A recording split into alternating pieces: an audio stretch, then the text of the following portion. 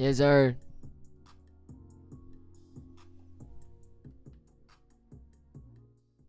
Give it one sec.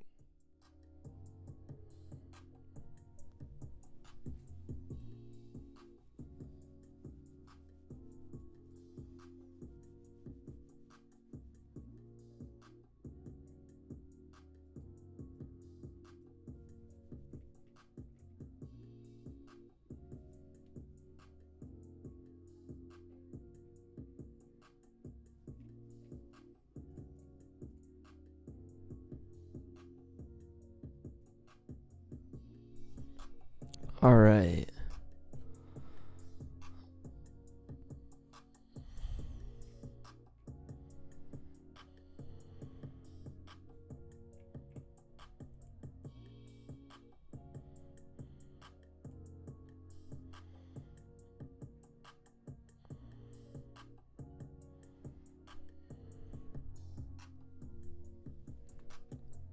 Marty was good.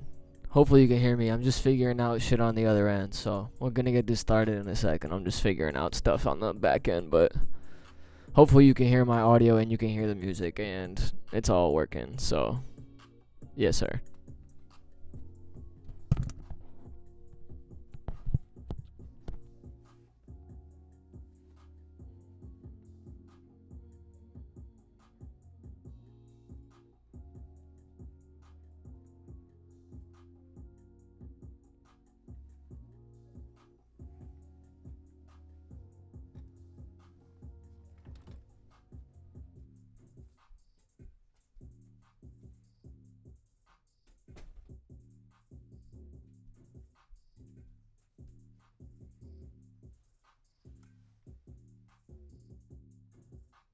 I'm just about to go live on Twitch. Join, tap this thing right here. Let's have fun and stuff.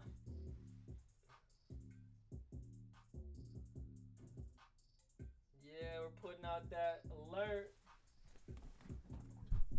We're doing good, Marty. We're doing good, brother. I'm just setting up some stuff. I'm putting up a little post on Instagram quick. I'm gonna change the camera on a couple. I just gotta figure out all the final little thingies. Hold on one sec.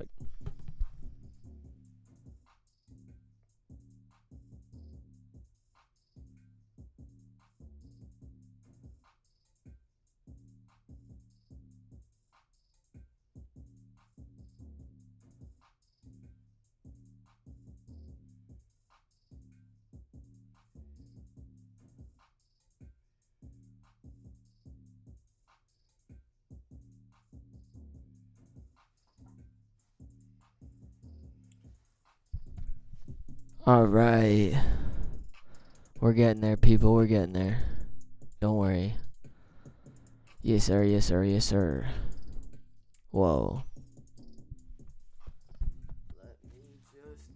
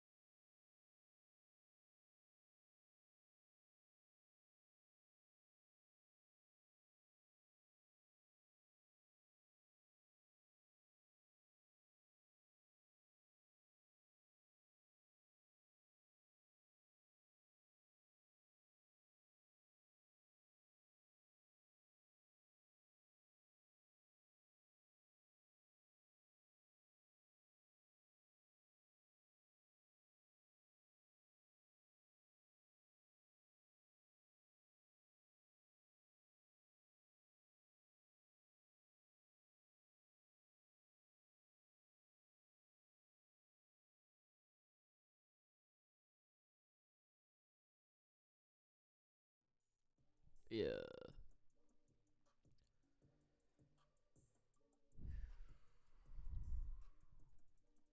Yes, sir. Test, test, test. I'm gonna turn down the music. I'm gonna transition to cam 1 after I fix this crop. Just like that. Yeah.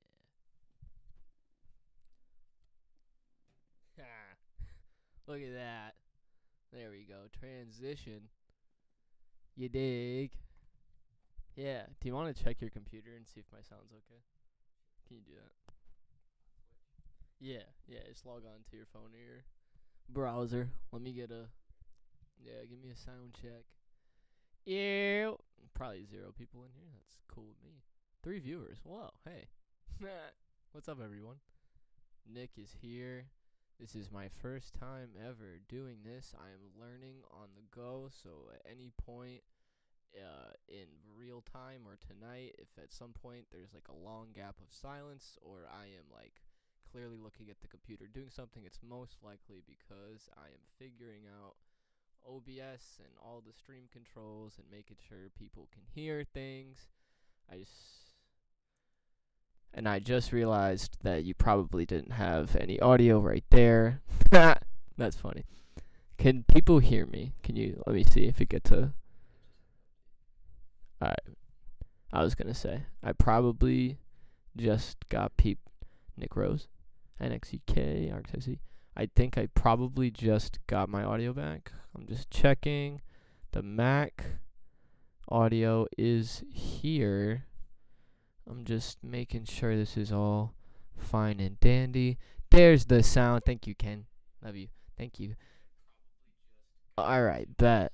I'm gonna hold on. Let's see if this plays. Can you hear the music from my Mac? Hold on. Let's get the Mac. Dun dun dun dun dun.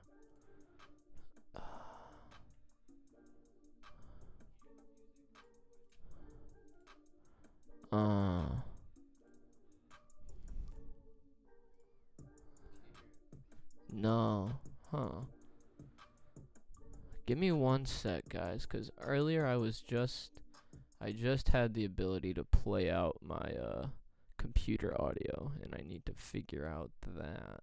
Yeah, buddy. Let's see.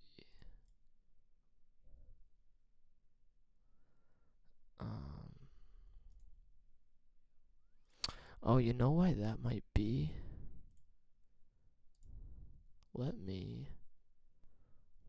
Let's see. Let me re-add something real quick, ladies and gentlemen. I'm going to add this screen capture back. Make sure it's visible.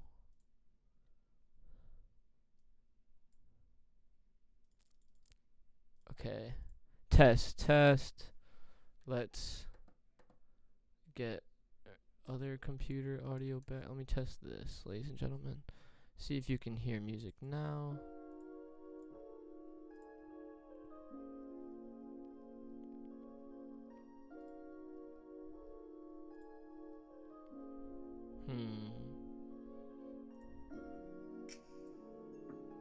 Probably not getting it. You can definitely, maybe you can hear from my speakers itself, but you're not probably getting it from the audio. So give me 1 second.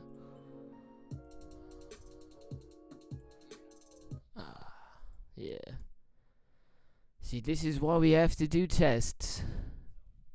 My voice is still soft with the volume all the way up. Alright, perfect. Good to know. I'm going to turn my input up.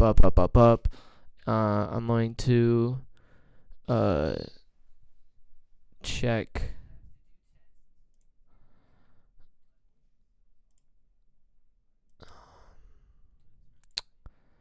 The thing is, I'm trying. You know what I need to do? Maybe I need to do a specific just capture from an app, probably.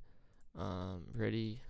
Let's try this. Let's do a test, everyone. We're going to call this music 1, and we're going to try to get audio just from a specific application, music. Okay, show full screen. Show. Blah, blah, blah. Okay. So, however, if I just let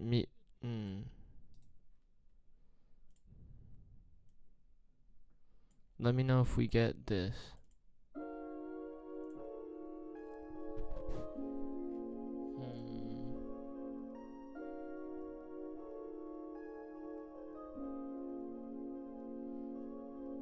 So weird.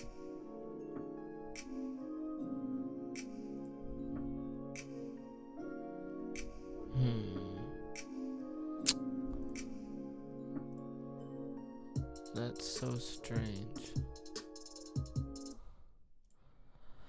I wonder why.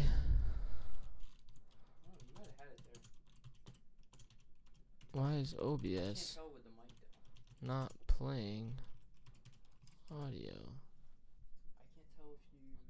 What is the deal? Ooh. Yeah, that's why I gotta figure it out. I think, but the thing is like I.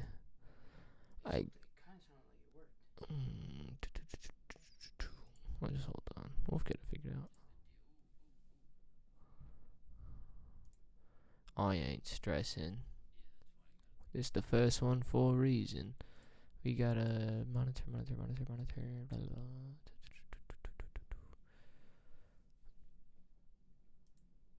Monitor and output. Is that what? Alright, tell me if this is what's gonna help here. Tell me if you get audio now. Right.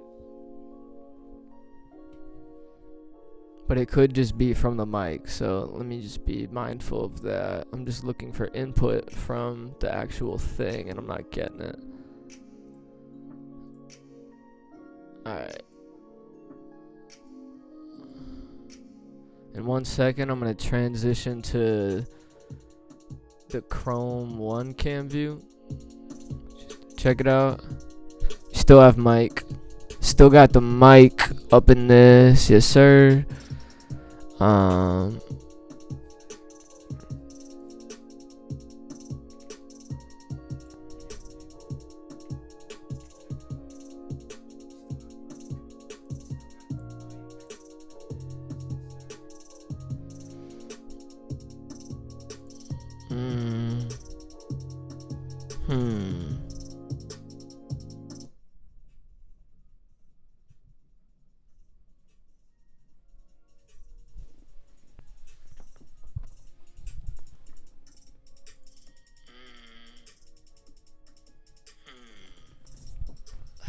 To me, it sounds like it's from the mic. That's the thing.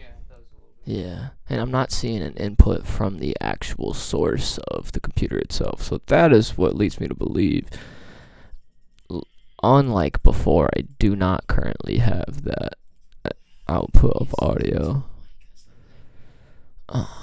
Let's hold up. Desktop audio, mic auxiliary audio. Yes. Mic auxiliary audio 2. Nothing. Advanced monitoring device. Yes. Be that.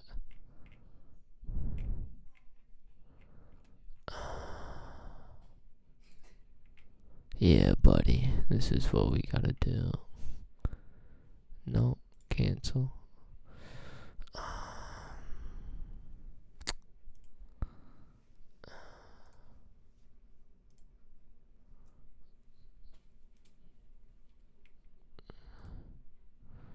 Alright.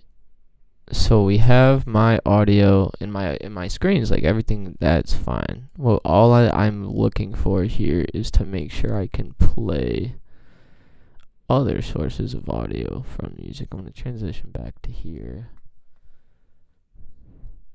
Dan, I want to let you know that Jimmy 2 says hi. Okay, that's good.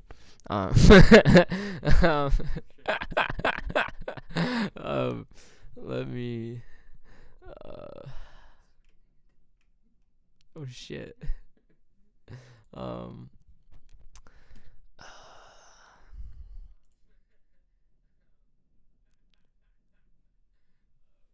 I gotta.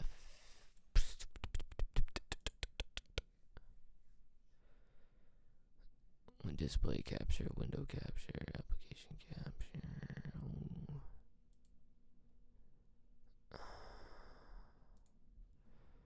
I'm gonna keep reading to try to figure this out quick.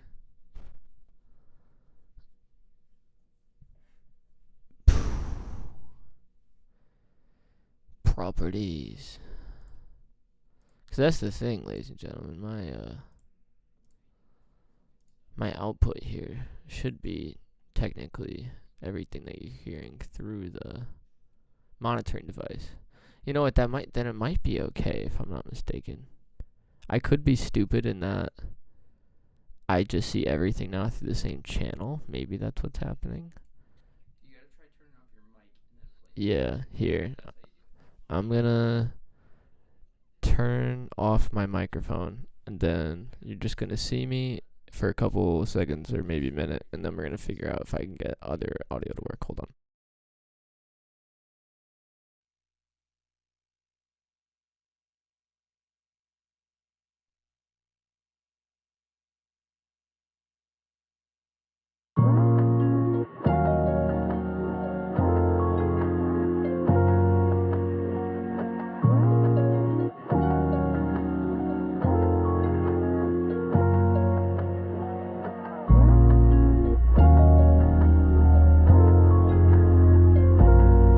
Okay, that's what we needed, right? Now you have audio, right? Now you can hear the music, and I'm talking over it. Yeah. Oh, I got mad delay because I'm watching this dude. Hold up.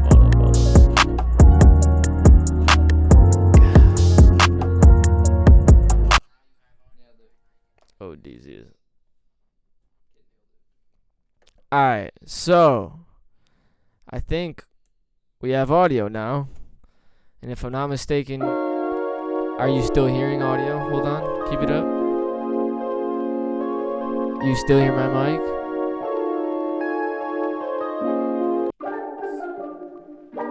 I just switched the song. I'm just playing beats. Can you guys hear them? Yeah. Okay, bet. Alright, we're lit. Dan, you don't even have a binder like that. You're whack, bro. Alright, bet. Alright, so we're in business, ladies and gentlemen. You can hear the beat. I'm gonna turn down the beats now to like a reasonable volume, about like half, 60% that. And I'm gonna quickly just play something from YouTube. And I'm guessing that you also get that audio. You should be getting Daquan talking, which is something that I want to talk about and react to at some point. These 5 things have been annoying me. So, okay. Yeah, it looks like everything is cool. Alright, bet. Okay. Alright. I got the delayed reaction from Dan's stream. We have figured out pretty much all the kinks. I think we're good for right now. What do you mean everyone has that reaction? Alright, let me just pull up chat. What do you mean? Yeah, I know there's delay, but I know. I'm just acknowledging it in real time. As people will hear the delay. Alright. Dude, you said I have a nice shirt. It's so nice. Thanks. Alright, ladies and gentlemen, I think we're in business. Nick Rose is here. We're live from my bedroom for the first time. Technical difficulties aside, 20 minutes later. Here we are. Hey, how are you? Hope everyone's doing good. There's already people in the chat. Most of them are my friends. Being ironic. Exactly. I thank you. My nose is crooked. God bless you. I have Dan over here in the corner. At some point, he'll probably be in front of the camera, or he'll go out the door. And at some point, you also might hear some dogs, and they might come in. And that'll also be fun if we get a cameo from Maddie and Penny. All right. let me just get comfortable here. This is also weird because it's the first time I'm doing this. I wanted to do some stuff. Whether or not people are interacting with the chat, I mean, I can't really help it. But if you are here, I'm very appreciative of you. Oh, see, yeah, exactly. Get the fuck out of here. Get the dogs. Why don't you go? Can you please? Content, bro. What are you doing?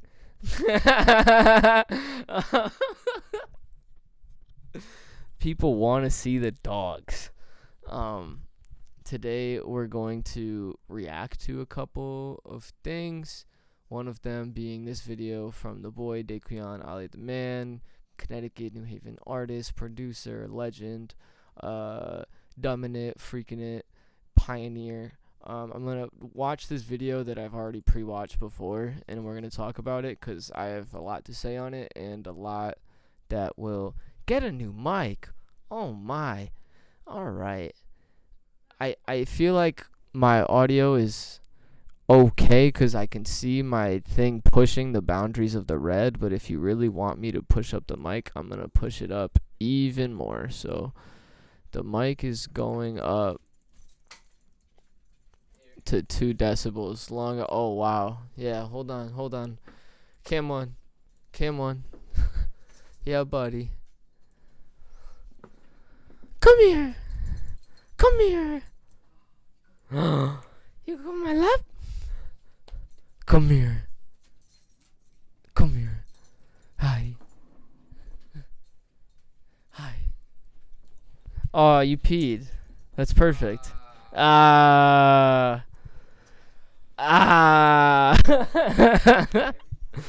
up. Ladies and gentlemen, the dog just peed on the floor. That's something that happens quite often. So please just give us a moment. Jimmy, my beautiful brother, I was actually literally gonna text you about 30 minutes ago and ask you to mod. But I'm literally gonna hop into Twitch, and if you just text me your thing, like your username or your email or whatever, I will literally add you on as a mod right now. So just let me know when you can do that. Yeah. Channel privileges. I can add you, brother. Let me see.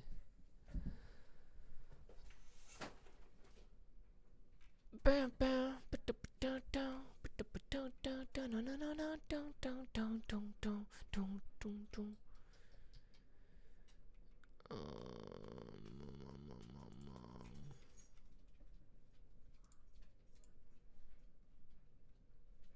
Let me. Andrew. Jimmy. I've said his name before, brother. It's not like it's a secret, but he's the Jimmy. He's Jim Bob. The second one. Son of the first. I need hold on. Is it lagging for y'all? That's a great question. I would like someone to help us with that because I would like to know if it's lagging. We got that? Alright. Oh. Let's let me just quickly figure out adding the boy on.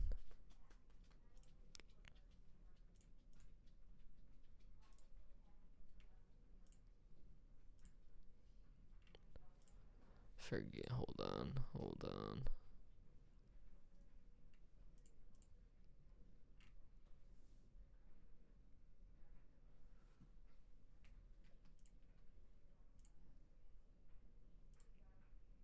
Alright.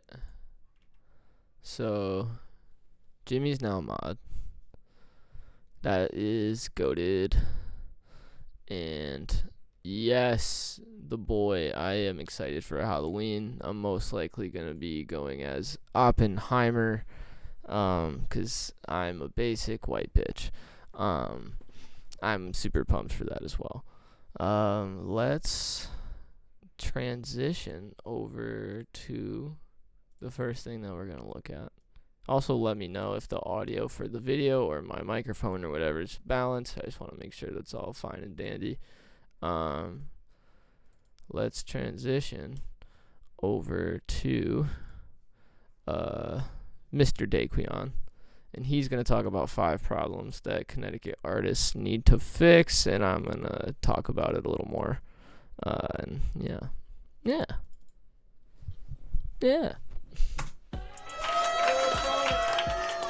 What's good, y'all? It's your boy Daquan. And today, I'm here to talk about 5 things that is holding Connecticut music culture back. These 5 things have been annoying me since I started as an artist. I hate to see it. I also just want to say I love the fact that he's doing this orange screen setup, or the orange room setup. I can't literally remember off the top of my head what it's called now, but I know that he's posted stuff on Instagram and socials with himself and a couple artists doing like songs and like live visuals in front of this, and I think it's really dope and creative that he is doing that from his home studio, and he is creating a standard that matches everyone else, and it's somewhat better in my opinion. So shout out to Daquan, you're a goat, and I'm constantly inspired. So it's time for us to talk about it. Get that shit out the way so we can learn from it and be better. Let's learn from it. My number one problem with Connecticut music culture is that we are still making New York drill music. It's a problem. Yeah. I can't personally agree with him that I know if it's like the number one problem, and I don't know if he means if this video is like specifically in like the order of the problems, or if it's just like the 5 biggest problems in no order. I think that it is an issue that Connecticut doesn't lean into its regional sound. I think that colloquially a lot of us know or like just cop on our Instagram feeds, and like we are always exposed to like whatever random rapper might pop up on Explorer or like a TikTok feed or whatever, and it just seems to be a lot of people repeating the same new New York drill flows or Detroit flows or like the New Jersey club shit. And I, as a musician, love all of that, so I don't have a problem with anyone making any specific kind of music, but I do agree with Day here in the sense that Connecticut has not just a variety of like subgenres and scenes that people have already like found lanes in, but like there is an established sound in terms of hip hop with Dumbin' Out and Freaking It, and I think that that's something that people definitely need to lean into more. I know it's probably going to get into that as we go on. I don't know if I can say it's literally the hugest problem that we have is like a regional or sound identity crisis, because I don't think it's necessary for every single place to like have an identity. Example, New York. Like I think New York is like known for hip hop people for like having the classic boom bap sound, but if you think about hip hop right now in New York, or just music overall right now in New York, like you have Ice Spice, but you also have this wild range of like new rock music coming out and metal music, and you also have hyperpop, and like it's like nothing really matters anymore in terms of just like the cross-pollination of genres, and like clearly everyone from everywhere is making every kind of sound. So I don't really know if that's really a problem that Connecticut itself can defeat, you know what I'm saying? But I think that it would be good if Connecticut people made more Dumbin' Out shit. I agree with that. What the fuck, bro? I'm tired of seeing niggas on New York beats. You're from Connecticut. You're from fucking Dixwell. Talking about some like boom. My nigga, the Connecticut Dumbin' Out culture has been well alive since the 2000s. Facts. And just recently, in 2017, I dropped Dummy, and that shit's popping even more. Facts. You know what I mean? There's no reason that every Connecticut artist shouldn't be making Dumbin' Out music. Yeah, I agree. I think every Connecticut artist should have to make a Dumbin' Out song, in the same way that if you're from New York, you probably rapped on a boom bap beat or freestyled on it at some point. So I feel like it's kind of, I don't want to say it's like you need to do it, but I feel like we should almost kind of enforce it like a rite of passage. Like the people who have done the most, I feel like all have made something akin to that sound, and I feel like it makes sense because it's like an accurate representation of where we're from. So yeah, just once again, If you want to start rapping today in Connecticut, your first song should be a dumb song. I like No that. matter what. You know what I mean? And you see what happened when Shorty dropped that dumb song after I taught her the way. You feel me? So get to it, man. Stop dropping this New York I music. can't Stop comment doing on all this this. Cali, That's Detroit, not my- weird shit, bro. If you're not dumbing out, get the fuck out of Connecticut. Now, counterpoint to that. You know what I mean? Detroit beats, you can dumb out to them. It's cool. But you get on Detroit beats and you sound like a Detroit nigga. And you're not from Detroit. That's the fucking problem. You feel me? He's not wrong. He's not wrong. Like, it's not that you can't make good. And like, I have friends, I have artists I know, like, and I'm sure literally Daquan has done this at some point. So like, I'm not even gonna like say it like that. But like, everyone has hopped on like a beat from another city or another region or another state because it was like trendy to do. And it definitely is trendy to be in like that Detroit Midwest, like that sampling the old 80s shit, like with like the basic step and like the offbeat, like cramped flows, the Babytron, like that shit like that. Like, I feel like I know a lot of people in Connecticut that have done that in recent memory. And I'm not saying that the music isn't good, but he has a point in that it's not going to stand out just because we're from Connecticut, because if everyone from Connecticut in the consumer state culture we already have is kind of already remixing every sound ever, and there's a space for every genre already kind of happening, then what are you doing specifically to market yourself as more than just the guy from Connecticut that sounds like Detroit? And if there's multiple people doing that, then like there's already an oversaturation. You know what I'm saying? Know yourself, my nigga. Niggas be using slang from other states and all that. Like, never met nobody from that state in your life. All you seen was YouTube shit. This is a true take, but everyone's guilty of it, so that's all I have to say. And now you talk like it. Something's up, bro. Ain't nothing else. Made a dumb song. Let's be real. Now, for my number 2 problem, it's not as big as the first one, but it is big. Amateur artists. Now, whoa, don't get me wrong. I am not mad that people are starting to rap. People are starting to make music just yesterday. Cool. It's beautiful. I love it. Grow. Do your thing. But don't come to me with questions that you can find yourself on YouTube. Facts. I think this is maybe my biggest issue, just in terms of how I see things. Like, I think that the way that all of the resources have been democratized over the past 10, 20, whatever years, however you want to talk about it, whether it was the dawn of the internet or everyone having easy access to DAWs, or the rise of all these different music tutorials on YouTube and all these beat makers, like, I think it's becoming easier than ever to get your hands on tools that allow you to become a musician, which I think is dope. I'm never going to argue that it's not dope that we're democratizing the resources needed to let more people make art. I'm always going to want to advocate for that.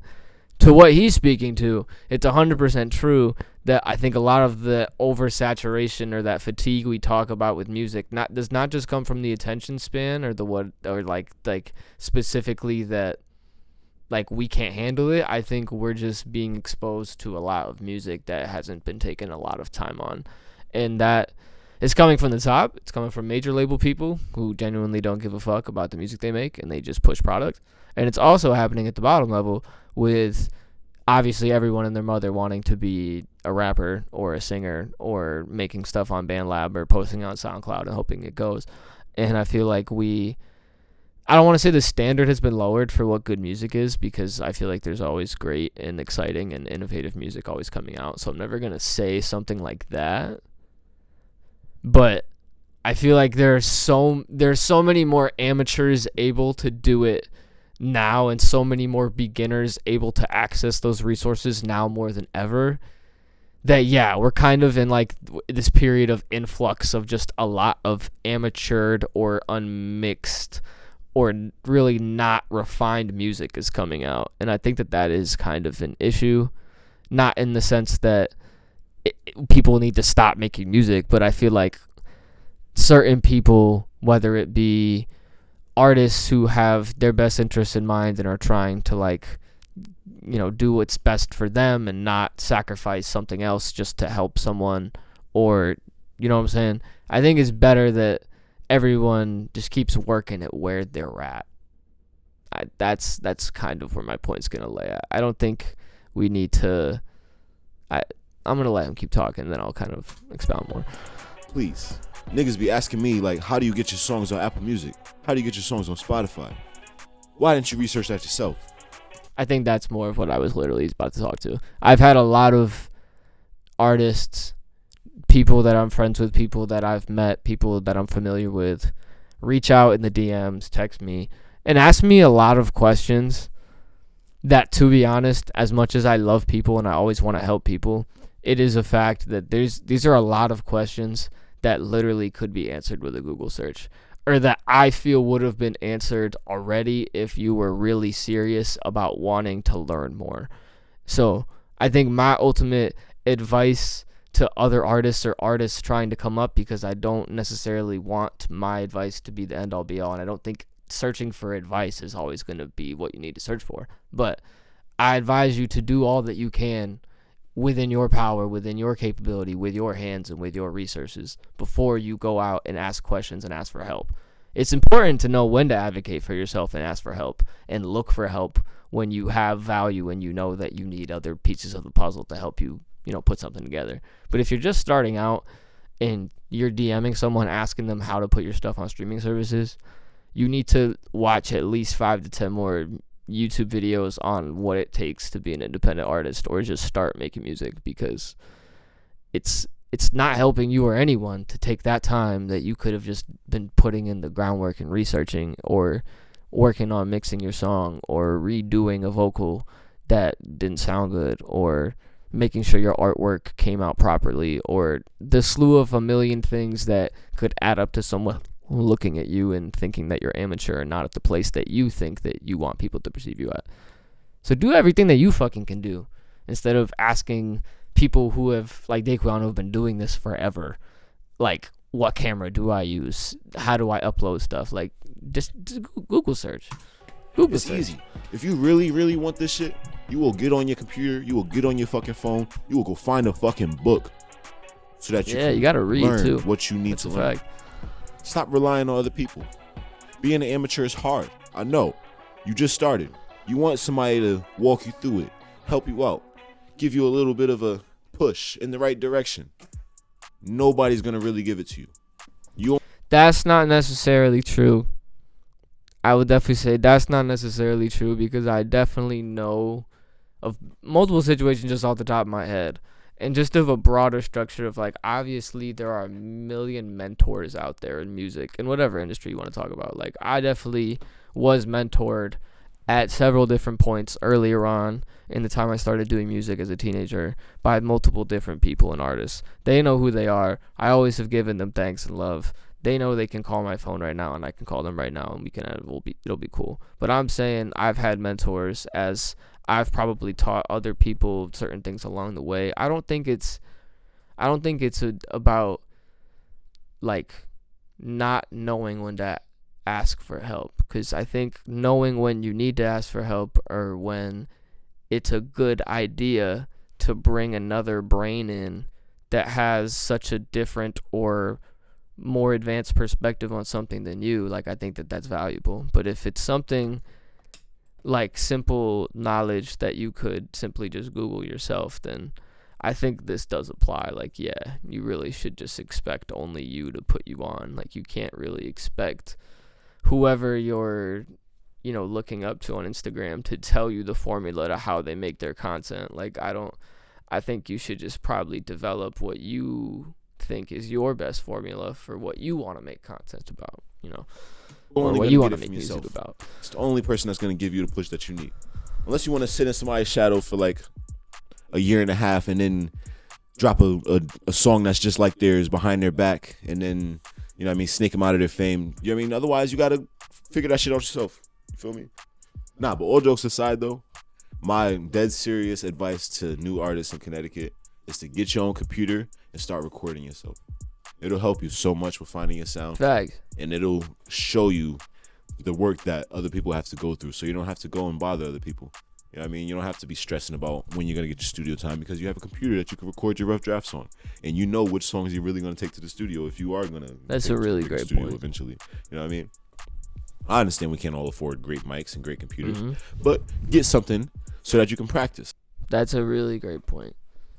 I think a lot of people's earliest investments in art or music, if you're just starting, should be in your own equipment, essentially, to build a home studio. And I think that going into the future, I think the need for like a giant studio space for like a one artist endeavor is really not going to be the wave. I think studios in the future are most likely going to be reserved. I'm not going to say it's never going to be like the case, but like if people like Drake are recording their entire album in their home, then what does that say about the entire industry of studios that exist simply just to, be paid per gig per hour, or they get rented out by giant studios who are usually renting them out for major artists to record a large body of work or a bunch of work in a period of time at that studio.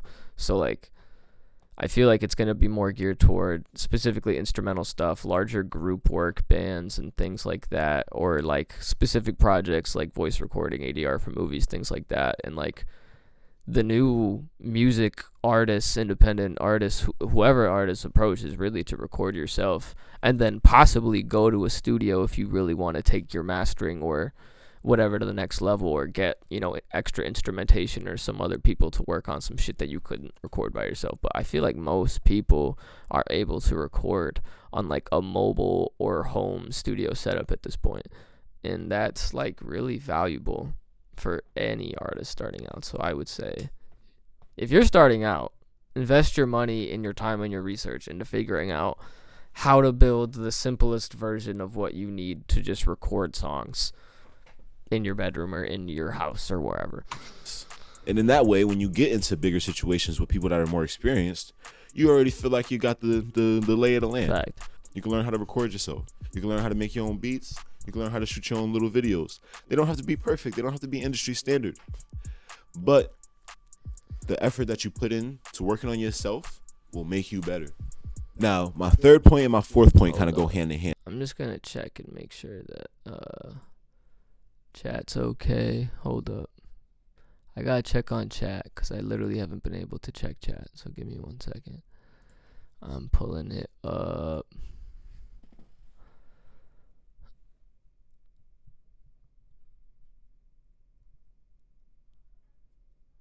Let me respond to some of this. Marty, I have listened to your music. I'm in the chat. Even if you don't consistently see text from me, I have listened to demos. I am listening to your stuff. You are dope. Just please keep going. That's literally all I have to say. The fact that you're watching this right now and you're even taking what I have to say seriously indicates to me that you are in love with music and you're serious about what you do. So if I have anything to offer from otherwise than what I just said, yes, I've heard your music. It's fire. Keep going. Keep rapping. Keep writing stuff. Keep freestyling. Keep sending stuff in the chat. Keep making us aware of your progress because everyone wants it. And do not let anyone else tell you different. Amor Patet's here. What's good, brah? What's good, legend?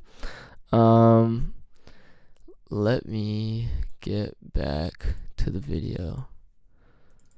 Yeah. But they have to be separate. I got you. All right, so third point. My third point has nothing to do with the artists, but more about the politics of Connecticut.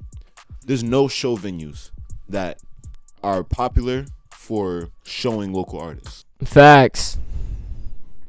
There is literally, it's not that there aren't opportunities, but he's right in the sense that there isn't a single venue I could think of off the top of my head in any of the major cities or otherwise, Hartford, New Haven, Bridgeport, New London, New Britain, Waterbury. Like, there's nowhere I can think of off the top of my head right now where it's like a consistent spot that like local or up and coming artists are being booked like for shows or showcases, or like consistently being booked as opening slots for larger acts to come in.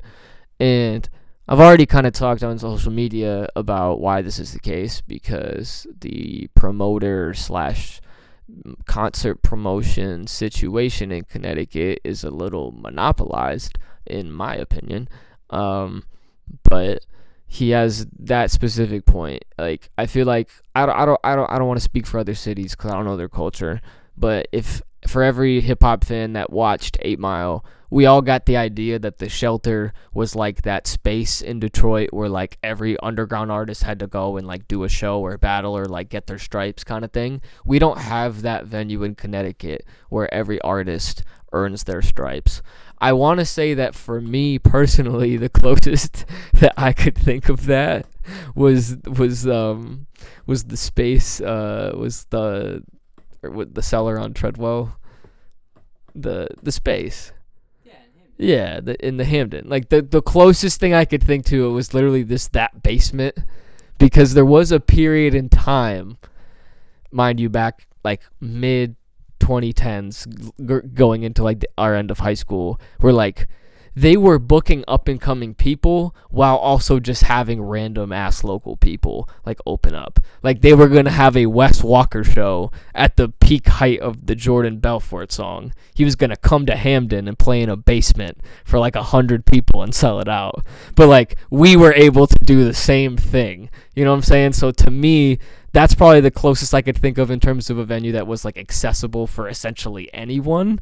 But that doesn't mean it was a standard of like you had to be there, because I think most people just kind of avoid it at this point. But not to say it's a bad venue, Cellar on Treadwell, good people, but it's like, I mean, it's literally a restaurant now in a basement. So like there's obviously appeal for local showcases, rock bands, people like doing like bar, happy hour kind of things like that. But for like hip hop or pop or like people with bigger things, that's more of just like an underground old metal kind of thing to do. So like, yeah, well, yeah. So I'm like, to me they had some like yeah, they've had yeah. Yeah, so it's like this. I would say the ballroom, like across the street, they have done a really good job of booking a lot of alternative and like indie rock and singer-songwriter people that may not be like big, but they're like well known enough to where like me as a music nerd, I'm aware of them. So like if they're coming through Connecticut, I'm like, oh, that sick indie band from my Spotify playlist is gonna play at the Space Ballroom, and it's like a nice big ballroom with a bar, and like you can hold a couple hundred people. So like that's like a good venue for like a band or like someone with like a more, I guess, acoustic, intimate, real organic music kind of vibe. But for me, it was the Space, the Cellar, and I want to say some people might consider Toads that. But the thing is that that's my point. Is that there's a monopoly on the promotion of the rap and R&B and big shows that come through Toads and all the other venues. So historically, well, they care about it clearly. It's like a reputation. I mean, I think it is and it isn't though. It's a reputation for them to either not have openers on it, or if they're going to have an opener, you need to pay a couple $1,000s. Because that's the thing. It's not like they're really gatekeeping the quality of the openers. It's more about, okay, if we assess that you're dope enough, can you take money or sell enough tickets to get on stage? That's what it is. It's pay to play. In what way? Like, how does that affect the quality? Worse or better? Like, there's a higher bar of entry, or we're just allowing anyone to pay?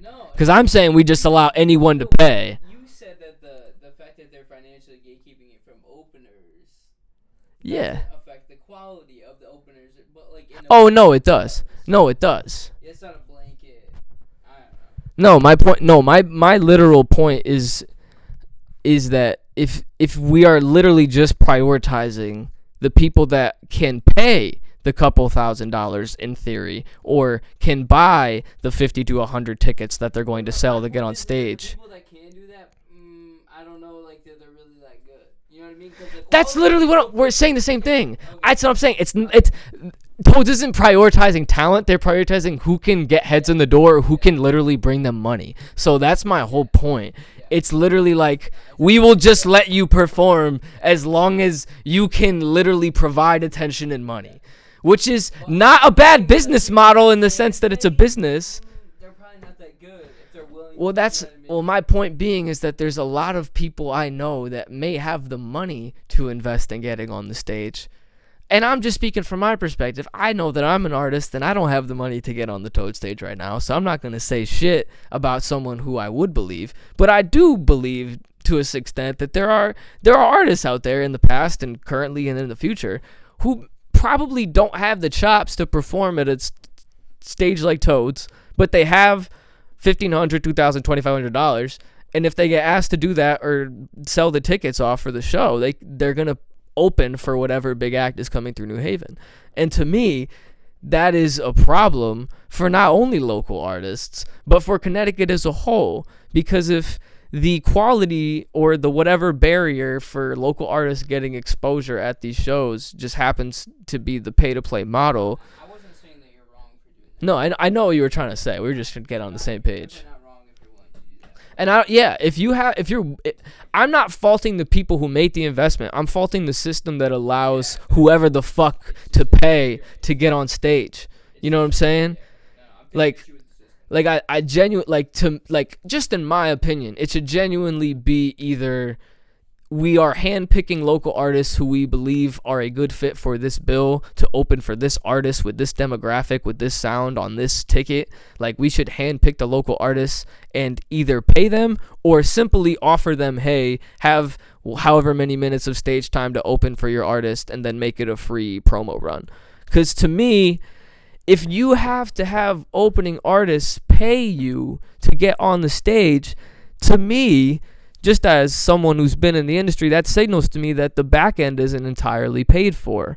So if you need to charge performers as opposed to paying people who would regularly be considered contracted personnel doing the show, that means that the money isn't coming in like it usually should be. So either the marketing or the promoting is not fucking doing their job, so they're simply taking money from whoever's willing to get on stage, or it's even more lackadaisical and they just don't give a fuck about who goes on stage as long as they make money. Like, either way, it's fucked up. Either way, it's stupid. We used to have Toast Place, where if a major act was coming, we can get some local artists that open up for that major act. And, you know what I mean? We spread the culture a little bit because the new people that come into the state see some new rappers on the stage right before them, right? But ever since G Herbo came around and we started getting some violence at our Toast Place shows, that was a true story. Yeah, they stopped the rap shows. Yeah, there were fights. Yeah, it's kind of G Herb's fault. I can't remember. sad to say. But I remember there were But fights. I remember seeing videos yes, of fights. Toast Place does not do local rap shows anymore. And there's no venue as large as them doing the same thing. So now we're at a... Oakdale is the only one I can think of. But the problem is that Oakdale is even more gatekept and it's even kind of more corporate and fancy than Toad's Place. Toad's Place is essentially just a giant dance floor mixed with a dive bar with a giant stage. So it kind of makes it the ideal venue for any major or indie act just kind of coming to do a small, I don't know, 500 to 1,000 person show-ish, somewhere in that space it could probably hold in the main floor. Oakdale can definitely hold, I think, a couple thousand people on the standing floor plus the seats. So there's definitely, I feel like bigger shows go more through there now. I'm trying to think of someone off the top of my head. Like, if like Apollo G comes to Connecticut, he's going to Oakdale now. He's not going to Toad's Place. Or they might go to the Hartford Healthcare Amphitheater in Bridgeport. Like Trippie Redd did. They came through Xfinity. Yeah. The Drake vs. Lil Wayne tour was at Xfinity. I remember it. People were on the lawn. Yeah, that was a huge tour. That was fucking gigantic. That was like, there've been a couple big people at Oakdale. Like big people. Like now they're like huge. I remember when Russ came through Oakdale, he sold that shit out. He sold that out crazy. I remember like mad people from high school were there. That was nuts. Point where local artists only have showcases. Yeah. Or, you know what pretty I mean? much. Just random open mics to go and rap at. Yeah. But And it's not that that's bad. I don't want there to be Post Malone. Post Malone was at Oakdale. Yep. Yeah. So it's like second tour. He was at Oakdale. Yeah. I mean, because that's a venue he'll sell out. There will be a couple thousand people in the room screaming every word, and like that's, yeah, but Way bigger now. Stoney. Yeah, like just came out White Iverson album, all that. Yeah. Well, But he sold it out, and that's what I'm saying. Like that's the kind of venue that an artist on like their beginning run or in the first couple years of their career when they're just starting to get mainstream success, a couple hits, couple whatever, like you're getting that mainstream attention, millions of views, whatever. Like that's the kind of venue you should be able to come to Connecticut and sell out because there is a market of people here that will buy those tickets.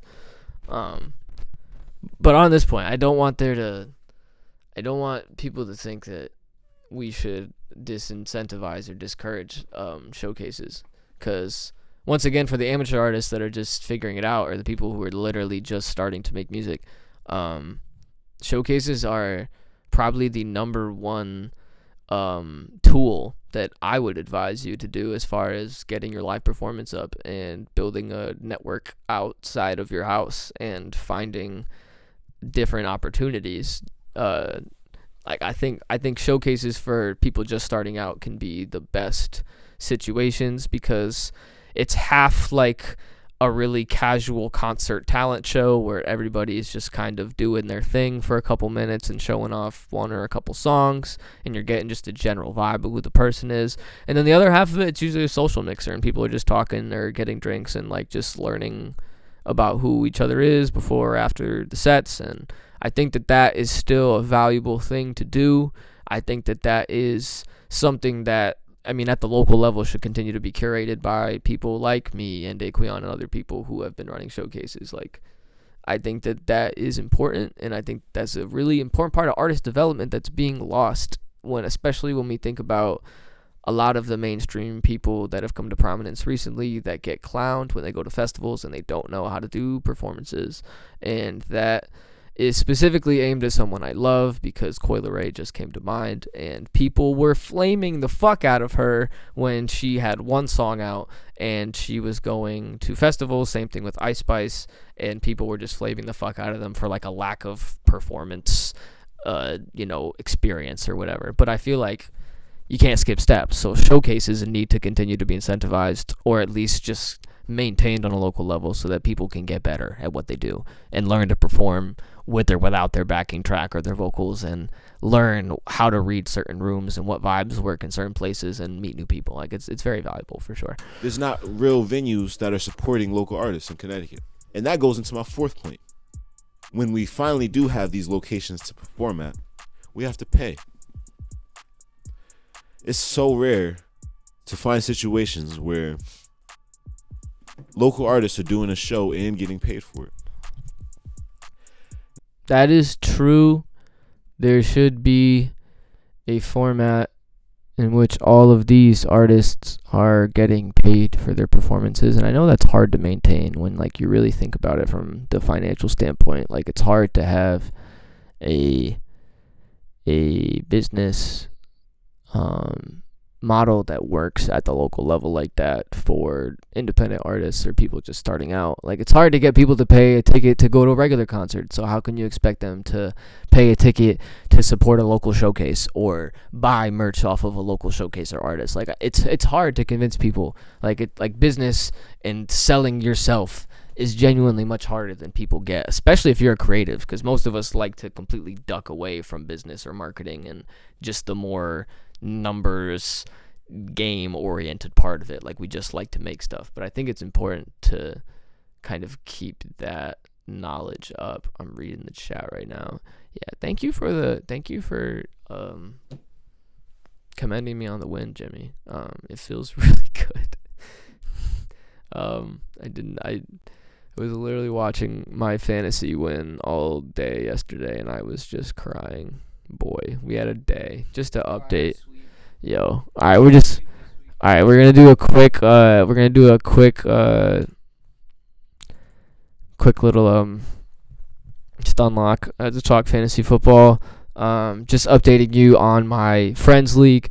My team, whole lot of money. Shout out Antonio Brown. Whole lot of money. I have a 99% chance of winning at the moment, even though my friend's team is still playing Jamal Williams in the second to last quarter of this current Monday Night Football game. I am about to win this week, 134.72 to 98.1. I had Geno Smith go off for 23. I had Bijan Robinson go off for 21.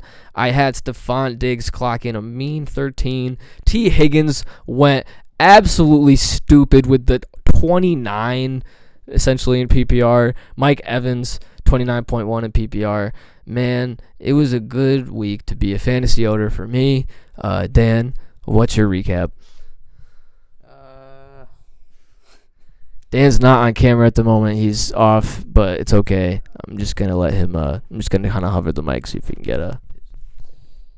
Me and my co-manager. Looks like we're gonna get the dub this week, barring no Nick Chubb pops. Okay. We're up, so we're up by 15. Okay. Yeah. Yeah, it's looking good for. I'm not gonna say the name of the team, but Yeah. it's kind of lame. Yeah. Fact. I haven't figured out a team name yet, so. It's alright. I'm doing horrible in the work league. I got absolutely destroyed by the boy. Yep, that's over. I lost 116 to a solid 149.5. Wow. Yeah. See the homeboy from work I was facing this week. He had Justin Herbert clocking 22, McCaffrey clocking 22.5, Devonta Smith in Philly clocking 23, Ty Lockett give 25.9 against Detroit. Oh my God. Gabe Davis went off in the flex for 21. Dallas defense got 16 points. Yeah, I had absolutely no shot in my coworkers league this week. I was shot. But I digress. So in this league with my friends and my brother, I'm gonna be 2-0, and that feels good because I think 2 or 3 years ago I was fantasy champion, and that is exactly where I belong.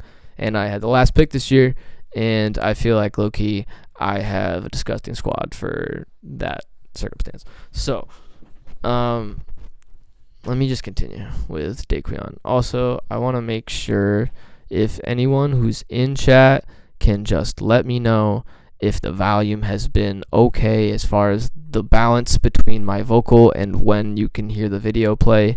If you can hear the video play, let me know. And like if the audio's good, if everything's good, just say in chat the audio's good, because I just want to make sure you guys can actually hear what we're listening to, and then when I'm pausing, like it's fine. Now, as of lately, there's only 2 events right now that I know of that are paying local artists to perform, and that's Seeing Sounds by Trey Moore. Shout out Seeing Sounds by Trey Moore. I was at the first Indie Wave event that happened earlier this year at Fairhaven Furniture down in Fairhaven, West Haven, New Haven area, Connecticut.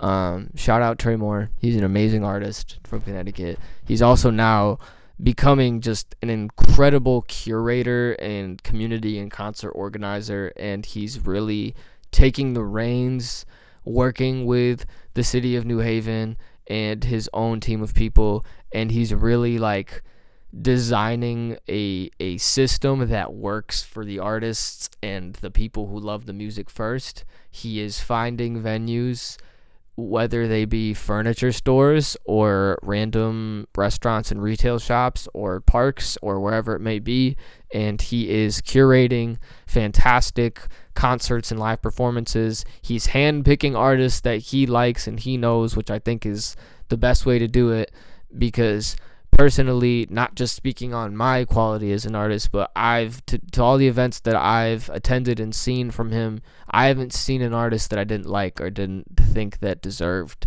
to have more attention. And I think that he is designing these shows, and specifically the Seeing Sounds Festival that happened in July. He's designing these things with a lot of intention in mind for, what the quality of the music is, how well it's representing all of the different people and walks of life within Connecticut and where we come from. So, and he's paying people. Like, I literally got paid for a set from another artist organizing a show. Can I tell you how many times that's happened before that? Not many. Like, I can literally count on my hands, probably one hand, the amount of times that I was like literally just paid cash, like actually paid straight up for a performance as an independent up-and-coming artist. And that was done by another artist in a very similar situation, or who has been in similar situations in the past, most likely. So shout out Trey. Indie Wave, Seeing Sounds, anything that he does, the underground, like, he's doing it right. Go see his events if you're in Connecticut. He's always throwing vibes. Like, that's all I have to say. And Jordan Edwards, Icon of Stars. I'm not aware of Icon of Those Stars. Those are the two shows that I got. I've heard of Jordan literally Edwards. Just local artist showcases that were put together by very dedicated people that got us paid. Shout You know out Jordan Edwards. But a lot of other situations, it's like, $50 for a slot, and you get to perform for 10 minutes. Yeah, see, that happened like literally a month ago, and for a festival that I'm not here to hate on people. I'm not gonna say names. Like, we're not just gonna do that here. But I'm gonna say there was a festival going on 10 minutes down the road in the city, the town that's right next to my hometown, and the people DM me like, what's good? Why aren't you on the bill? And I was like, well, I would love to be booked. I'm available. Let's do it. And then they asked me to pay for a specific amount of minutes for the set. So for me, yeah, he's right. That's some bullshit. Like, why are we doing that? And if we are doing that, can we at least please provide like more professionalism and more value in that equation? Because a majority of the time it's literally like, hey, we have a showcase. Mind you, a lot of showcases around here are literally free. But hey, we have a showcase and we're getting people to pay for slots to perform for 5, 10, 15, sometimes 2 or 3 minutes. And you can pay us several $100s or sometimes $50 or whatever to get a slot. And to me, it's like, am I getting a T-shirt out of it? Like, am I getting free press or pictures or videography? Am I getting a specific guaranteed networking opportunity with someone of importance that's going to be at the event? Because if not, why the fuck am I paying you to perform if I'm doing a service that's usually the reason why people pay you to show up for whatever venue?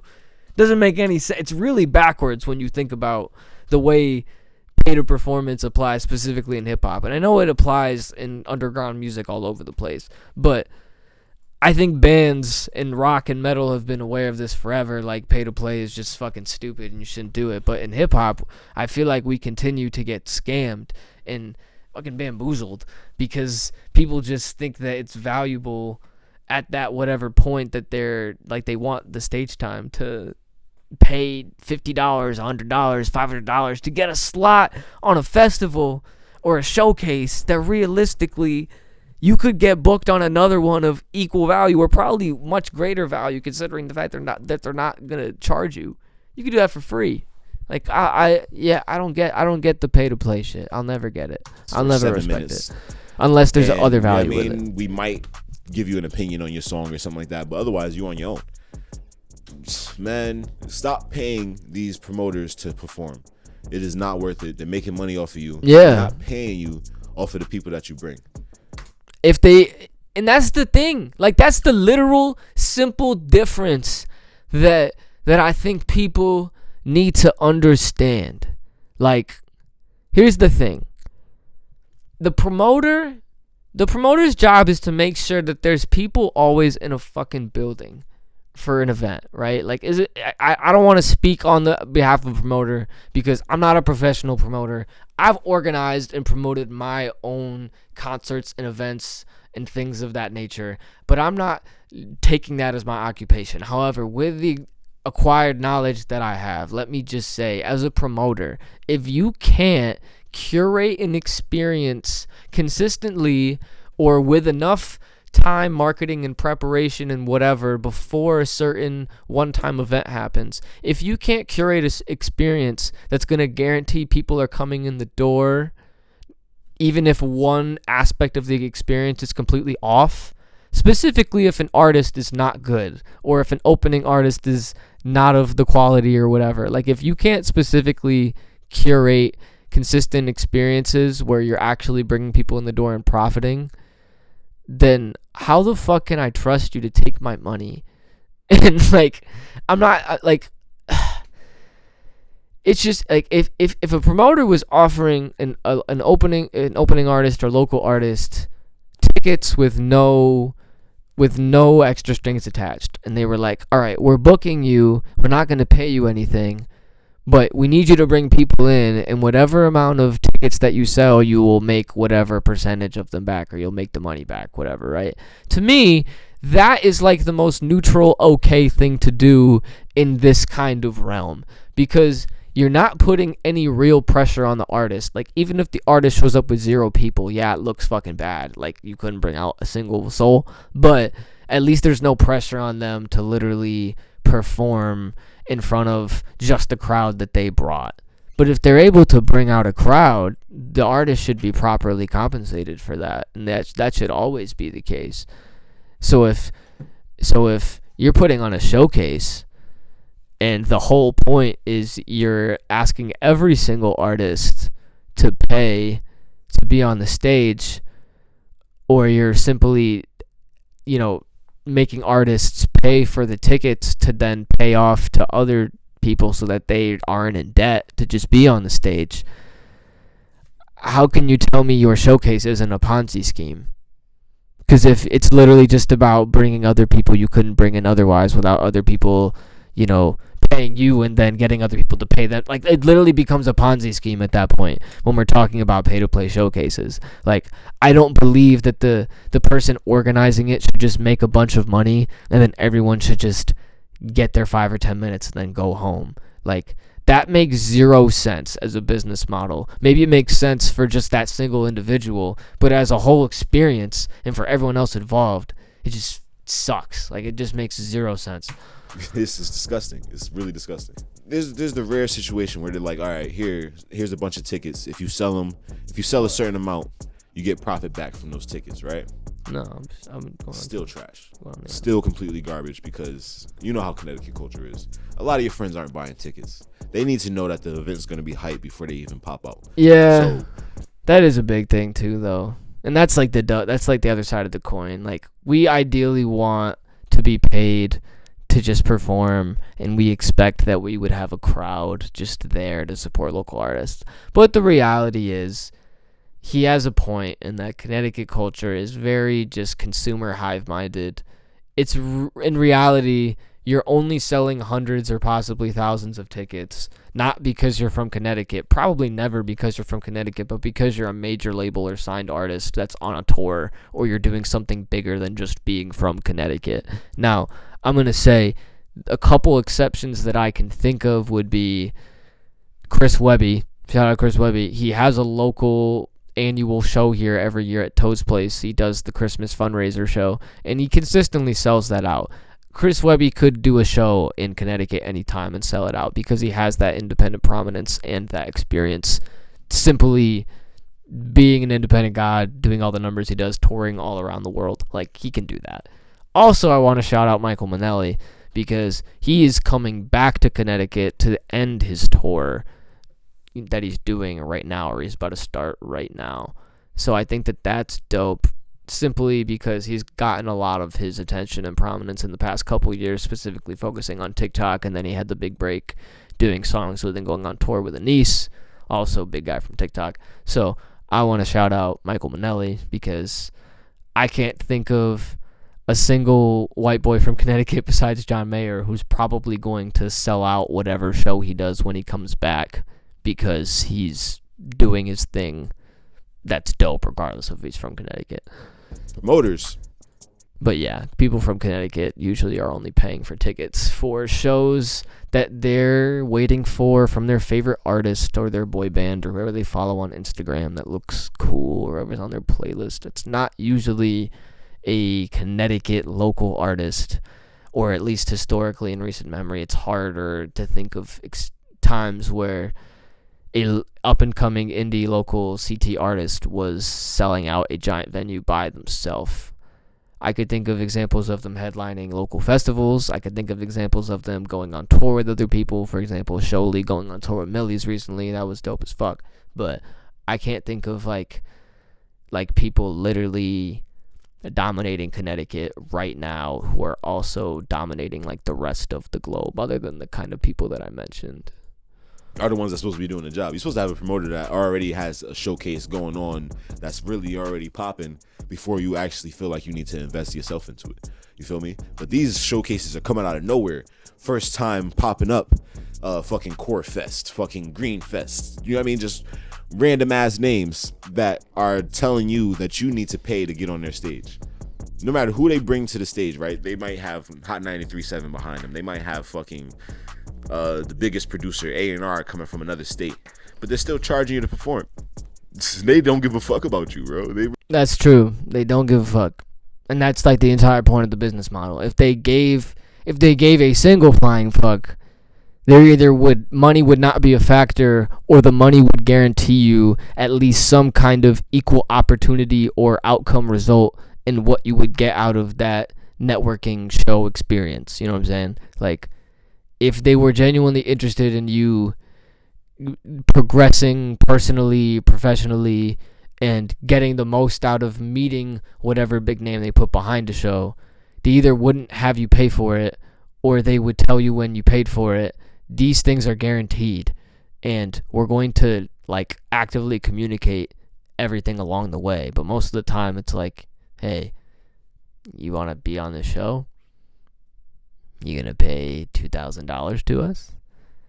Are you actually think we're gonna respond to you the day of the show when you ask us what time to come in for setup? like that's what it is. Like, that's literally really what it is. They don't give a fuck. They don't want to put you in the eyes of a better person. They trying to make their money. Like, let's be honest. They just want to get as many people that are your friends through the door so that they can make money off of them. You know what I mean? Get the bar lit. Fucking show this A&R person that the person that promoted it is cool, and they don't give a fuck about none of the artists. Like, the fuck, you get lucky if you bring enough friends that you surprise somebody in the room. But that is true too, and I do salute the artists that I know and whoever is able to make the most of those circumstances, because it's definitely hard to do that. Like, it's definitely hard, like, just from my personal experience, it's not easy to bring out a bunch of people that you may know, friends, family members, people you went to school with, people you might know through work or whatever, or like people you don't know or just know through social media. Like, it's hard to draw a local crowd as an up and coming artist. So like the people who genuinely do that and like bring a whole squad like 20, 30 deep to like showcases and shows and stuff, or like can actually do that, like keep doing that, because it only works to your benefit and it only makes you look better. So definitely keep doing that. Yeah, buddy. come on, man. Stop paying for artist showcases. Stop paying for artist showcases. The more you say no, the less that shit will happen, and the more that they'll figure out that they need to pay us. I understand. You want experience to perform. You want practice. You want some exposure. You want to get to know new people. You just want to have some fun. You just want to get on the mic real quick. You know what I mean? Fuck if you had to pay for it. You got some money for it anyway. You're still getting finessed. You're much better off saving up your money. Book a little location. Book a backyard. Get a fucking microphone and a speaker. Like, bro, it's so much more that you could do than pay some random promoter for their showcase that they just thought about last month. That's literally a fact. To that exact point, like literally throw a show in your own backyard. Do the La Russell method. Like literally start throwing shows in your backyard. Tell your friends and family, pull up for free, or if you're gonna be that guy, everyone pay $5 towards the pizza or whatever to bring a bunch of people in the backyard, and then throw a show. Or do kind of what we did, or go like hit up someone you're friends with, shout out M. Hit up like a local venue or a restaurant or a bar somewhere that you frequent, or a store somewhere that you consistently see yourself and the kind of people that you like at, and throw your own show or throw your own showcase. Bring your friends through. If you can, pay them, pay them. If you can't, guarantee everyone is taken care of and has a good time. This was Nick Rose and Friends.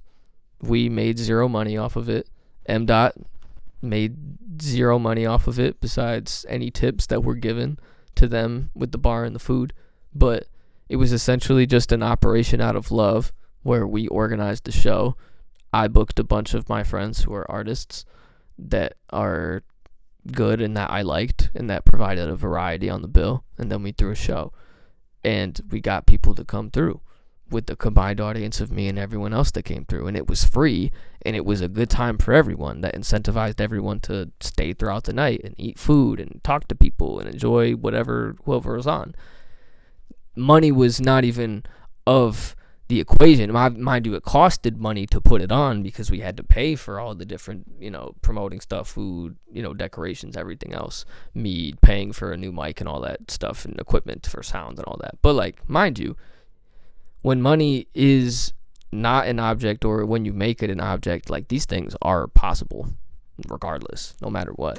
Please, motherfucker. I'm fucking begging you.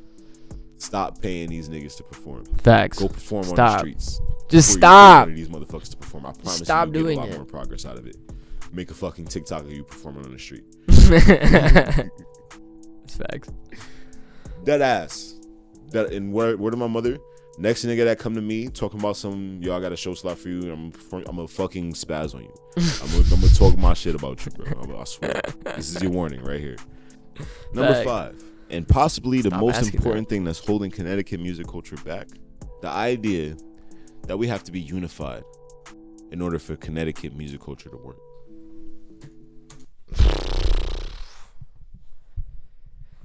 I'm so torn on that. I'm dummy torn on that because I agree and I also disagree. Everything I'm going to say is contradictory at one point or another because I'm human. I'm just warning that. But I think it could make sense for there to be kind of a massive slight step back in ego from all parties involved in Connecticut, whether it be the artists, the producers, the DJs, the radio people, the concert promoters, the videographers, the whoever. I think obviously in a sense, in some ideal, socialist sense, shout out my brain, it would make a lot more sense if everyone was just a little bit nicer and more open-minded about being receptive to other people's stuff, becoming a fan of other people's stuff, wanting to support and work with other people. I do think in general, if people genuinely saw the power in collective action and the power in collaboration, then there would be more collaboration and kind of mutual aid and help going on within and in between, communities of artists and whoever. I think that would already be happening. But I also say I kind of understand where he's kind of go with this when he says it's a myth, because it's the world as it is in reality is already just kind of everyone doing their own thing on their own time and then kind of mixing in with other people when they see fit or when it's most convenient or when it's most efficient to do so. So I do think in a sense, yeah, we don't have to be unified. We just all kind of have to be working hard at the same time, and the right things and the right people will align at the right times. I kind of get that point. You can't bring everyone up at the exact same time. You can't expect someone like a Daquan or a Snopra or a Fuego Bass or a Donzio P or whoever to make a big song, or maybe they get a big opportunity for a show or a tour, or they put out a big product. You can't expect them to bring up all of Connecticut and every single person they know with them. That's just unrealistic. Obviously it'd be dope, and I think all these people are very good at incorporating the people that they're already close with and work with to do that. But it is a myth, I think, in the sense that we think that one person wins and then everybody wins in the exact same way. No, that's not how it works. If one person wins, there's more general eyes drawn to this place because there's more people knowing about the fact that someone is from somewhere, and that's attached to their Wikipedia page or their bio or wherever, or the tags that's on their social media, and then other shit will be exposed to people. So I think one by one, it's more about like chipping away and getting people on the board, or songs and big records on the board, as opposed to like Connecticut having to be like essentially a giant community record label or big group of people that are all like high school friends with each other. Like, you don't need that. You definitely don't need that. But and I'm here to bust that myth today. Every attempt for it to work, there's always somebody that fucks it up. There's always somebody that fucks it up. And usually it's built off of somebody just trying to be an opportunist, or somebody just trying to get some fun out of their life where there wasn't. You know what I mean? All you need is your friends. Y'all.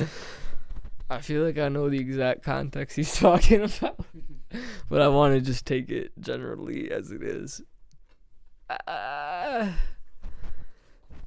Yeah.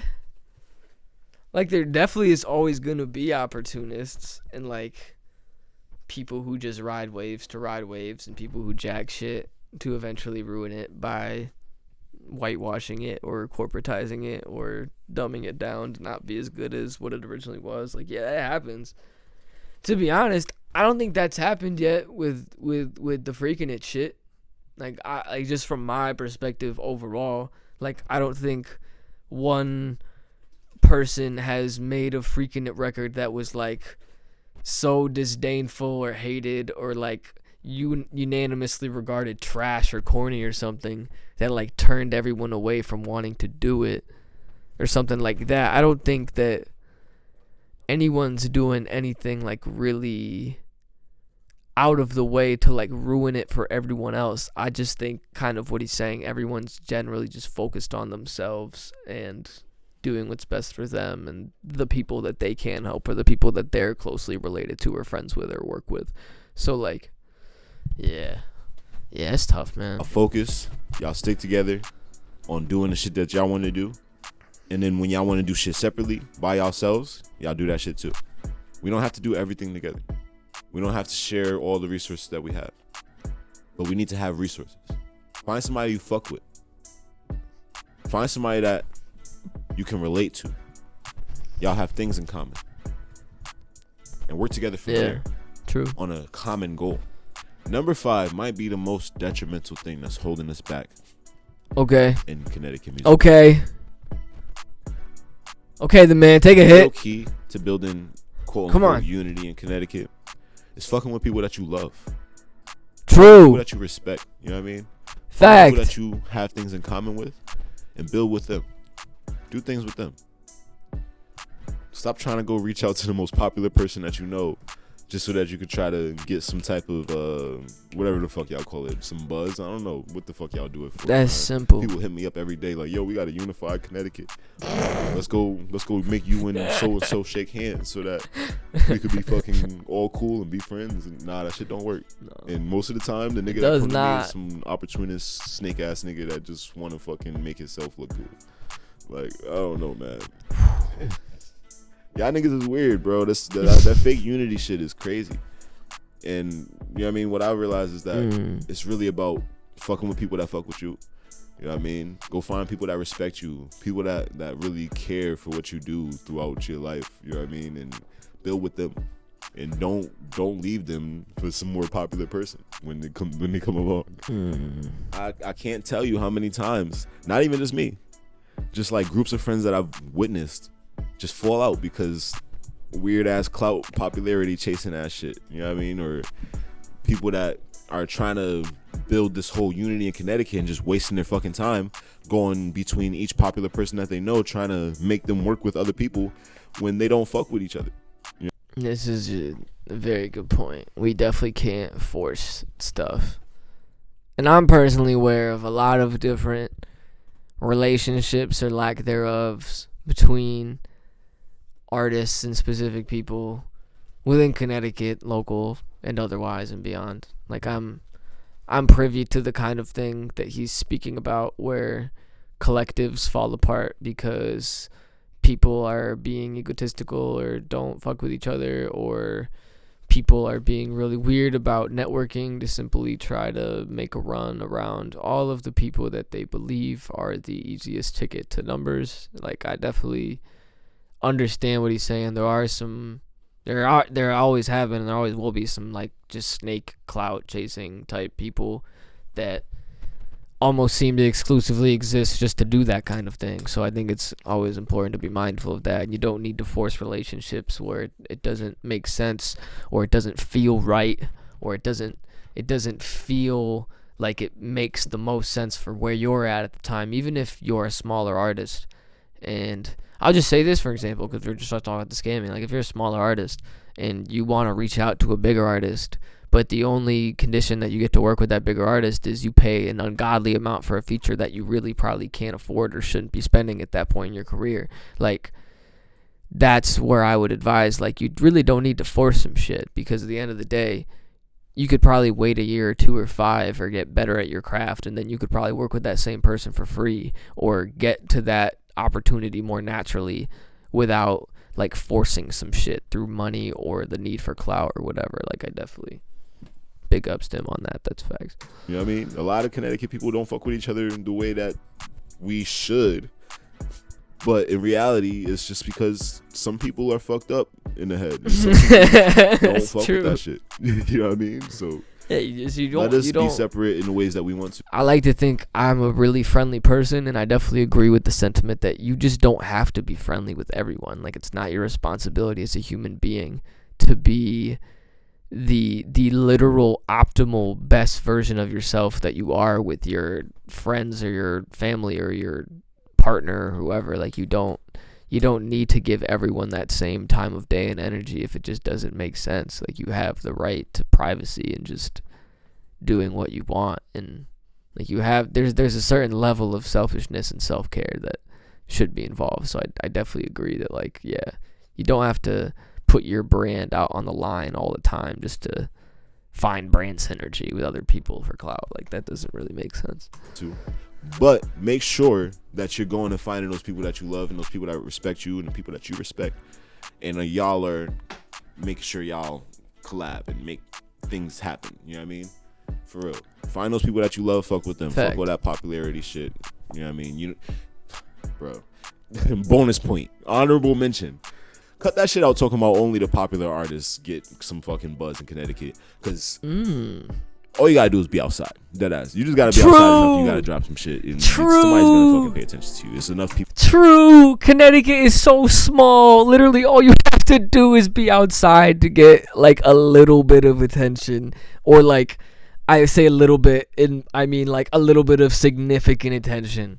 Like, I know of people personally that probably started rapping in the past year or 2, and some of them do better numbers than me naturally on Instagram and TikTok in a shorter amount of time that I've built up a thing on there for probably about 5 or 6 years seriously doing stuff. Because, like, if you're outside and, like I said, you're doing these showcases, you're able to, like, bring some friends or family or people out to these shows and, like, little showcases and things. And, like, if you're outside, if you're actively posting content, if you're, like, really about just showing the growth and continuously doing the artist thing, like, there is a given focused, loving, supportive, creative community in Connecticut that does fuck with anyone who's, like, genuinely trying and, like, has even like a semblance of talent. Like, you don't need to be Aretha Franklin singing in auto-tune out here to get some kind of love. Like, we like good sounding shit. It doesn't matter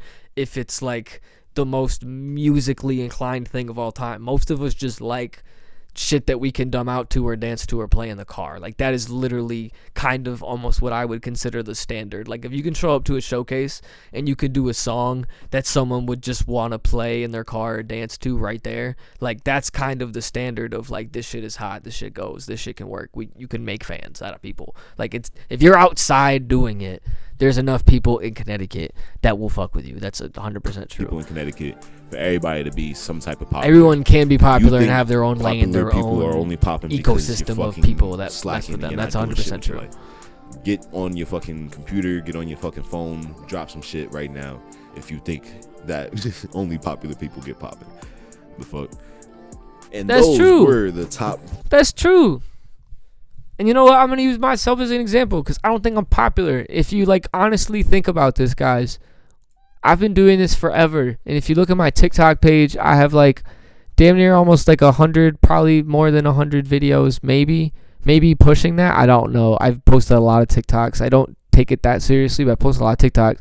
With the amount of TikToks that maybe got over a couple, like 1,000 views, maybe a little bit over. Like I only have 500 followers on there. There are artists in Connecticut I know that started rapping last year that have damn near like hundreds of thousands. Like it's so easy. I wouldn't say it's easy, but it's easier than ever. It's more accessible than ever today to find your audience and build something off of what you do very quickly. So to his point, like you don't have to be the most popular to be some kind of popular or to be able to monetize and grow with an audience. Like that is simply facts.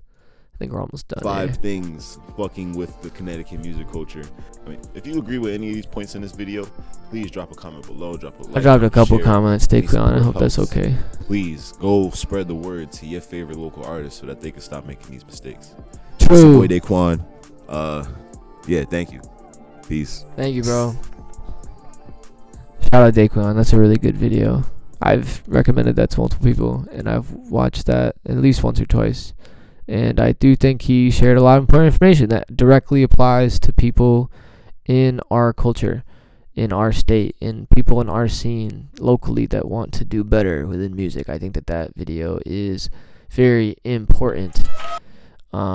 So I definitely think that you should go subscribe to Daquan. You should go listen to his music. He is a pioneer of the Connecticut dumb and freaking it sound. I can definitely play his music on here because he's independent and he's GOAT. So I'm not really worried about getting kicked off Twitch for shouting out him. Ringin' is like one of my favorite songs, so I'm gonna play that. By the way, I just want to shout out the fact that, if I'm not mistaken, he directed this video. Like, he pretty much does everything himself, which is why I think it's a great example for him to be the person making that video and giving all that information, because Daquan has been doing this for years. He has been making his own music, recording it, producing it. He has made all of his own content and a lot of his own music videos. He directs and edits them and colors them and does all the shit himself. So, like, as a multi-hyphenate creative person looking at another, this guy knows what the fuck he's talking about. That's all I have to say. This song is an example. Also, shout out the Ocean Boys, Tyler Ocean and Mikey Ocean, because I know that they were a part of this. The boys. Popstar Benny. Like,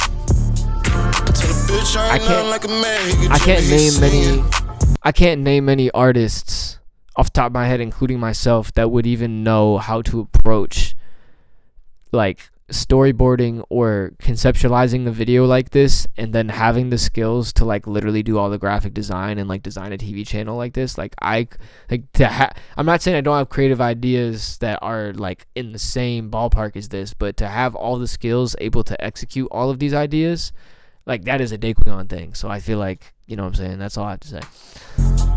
Got money on my mind, I can make a band without blinking. I might fuck her like a lover when I'm done, I'ma ask her when she leaving. Like, look at this. I'm a big plug, I ain't doing no fronts, better come with the cheese. Why they on my dick, I ain't do shit but run it up, niggas hate for no reason.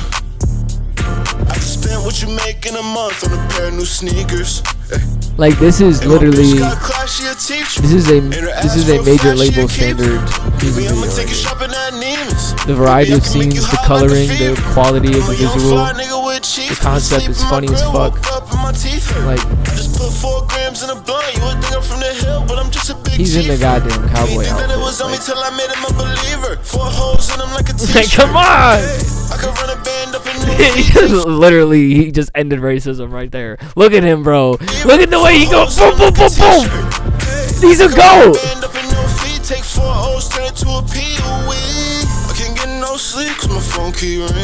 That was a joke.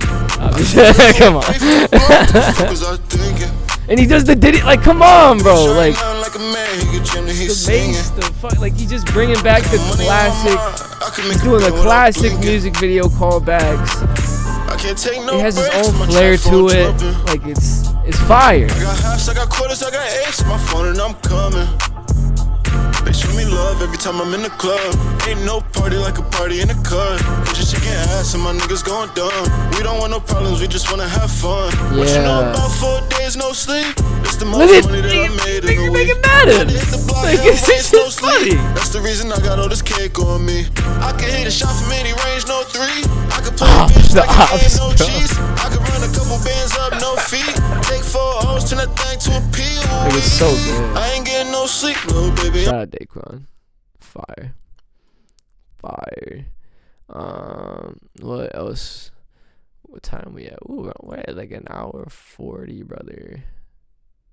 Marty, hit me up in the DMs. I will talk to you more. I will definitely let you know if I can make your show.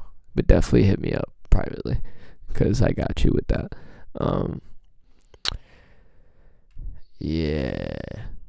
Yeah, buddy. I just want to say real quick, I think we're doing okay considering I'm trapping. all What's this. happening? If a nigga want beef, we ain't asking no questions. We clapping. I just blew a whole rack and I made it all back plus taxes. This shit is like magic. Bitch, I got game like Madden. Make a touchdown without passing. Yeah. I can't get no. Yeah, that shit's fire. Shout out Daquan. Just making sure the stream's cool. If that was when it was moving at all, I apologize. Next thing I want to look at real quick / shout out is another song / music video from Connecticut. The boy down the road, J-Rock Jax, just dropped a song that is absolutely fire. The music video is fire. It features the boy Kev Lyric, shout out Kev, Jay Sturdy, and Money West. The song is called Outside the Day. On the same note of what we were just talking about with the Daquan video, I believe this is probably the hottest current record out of Connecticut, and it is also, in that same vein, the hottest dominant freaking it dance record, outside club record that you could be playing. So I'm gonna give that a quick little spin. The boy Kev Lyrics coming downstairs. Yo, coming, Jay. I'm on my way right now. I know it. We got hold on. Hold up. Yeah.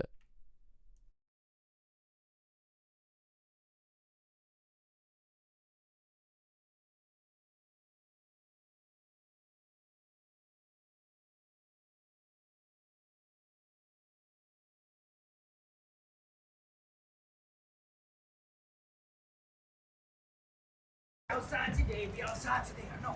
We outside. It's Weed and Whiskey Podcast outside. We here in the streets of Hartford, Connecticut. We here with some great ass fucking people. We about to have a great fucking time today. Hey yo. Yeah, what up? What y'all niggas got going on today, yo? Look, we outside today. You know where I'm at?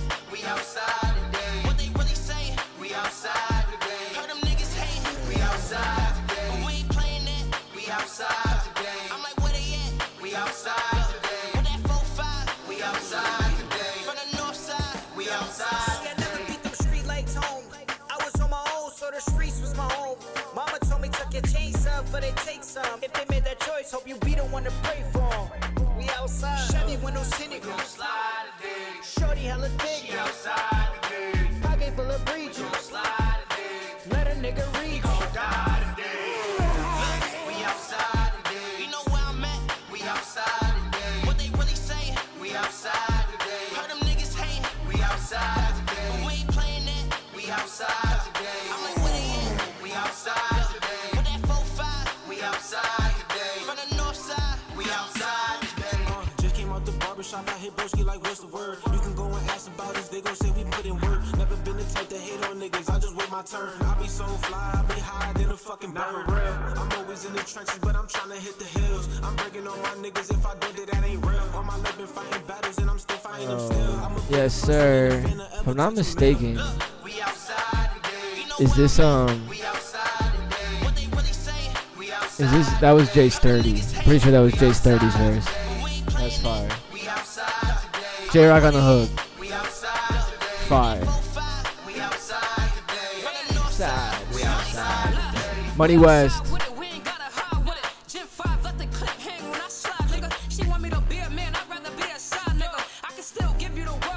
I love Money's voice. Money's voice is so cool.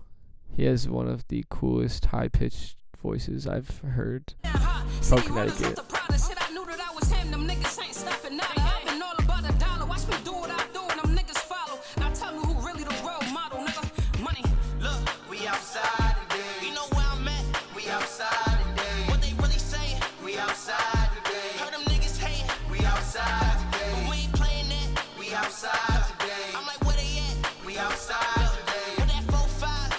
Little giant.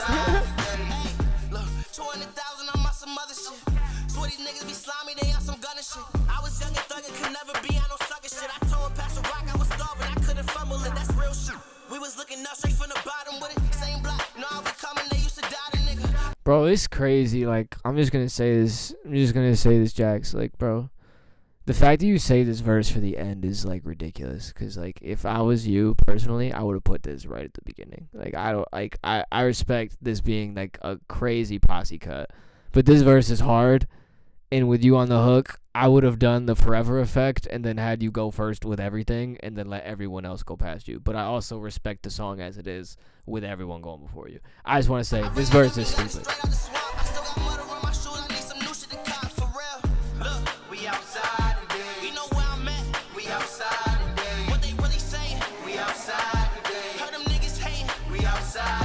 Fire. Fire. Make sure you go check this out. The J-Rock Jax Outside Today video. Video looks beautiful. Bunch of people I know in there. Weed and Whiskey hosted and kicked off the beginning. That was super dope. Yeah, definitely go check that video out. It's only at like 7,000, almost 8,000 views right now, and it definitely deserves more, in my humble opinion. I definitely think that J-Rock Jax will be someone you'll be hearing a lot more of soon.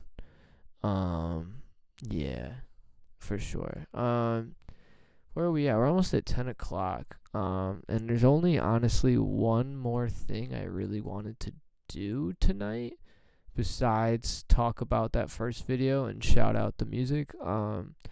Today, I want to do a tier list. I want to quickly transition to cam view. Whoa, we're back over here.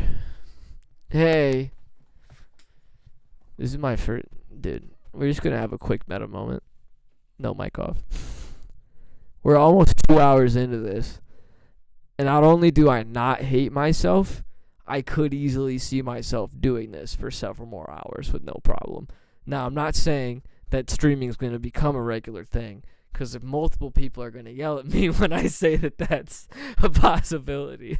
But I am enjoying this format, and I do agree with you. I can, like, obviously be more mindful of, like, how much time I commentate and, like, do certain stuff. But, like, almost 2 hours in, this is fun, and it's not as difficult, obviously, past the initial technical difficulties of just getting audio to be fine. But we're chilling.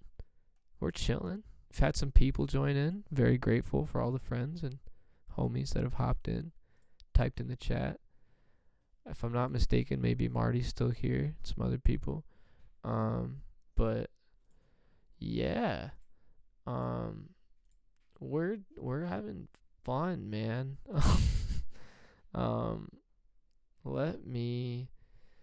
Let's go on to the final task of the night, the final segment per se.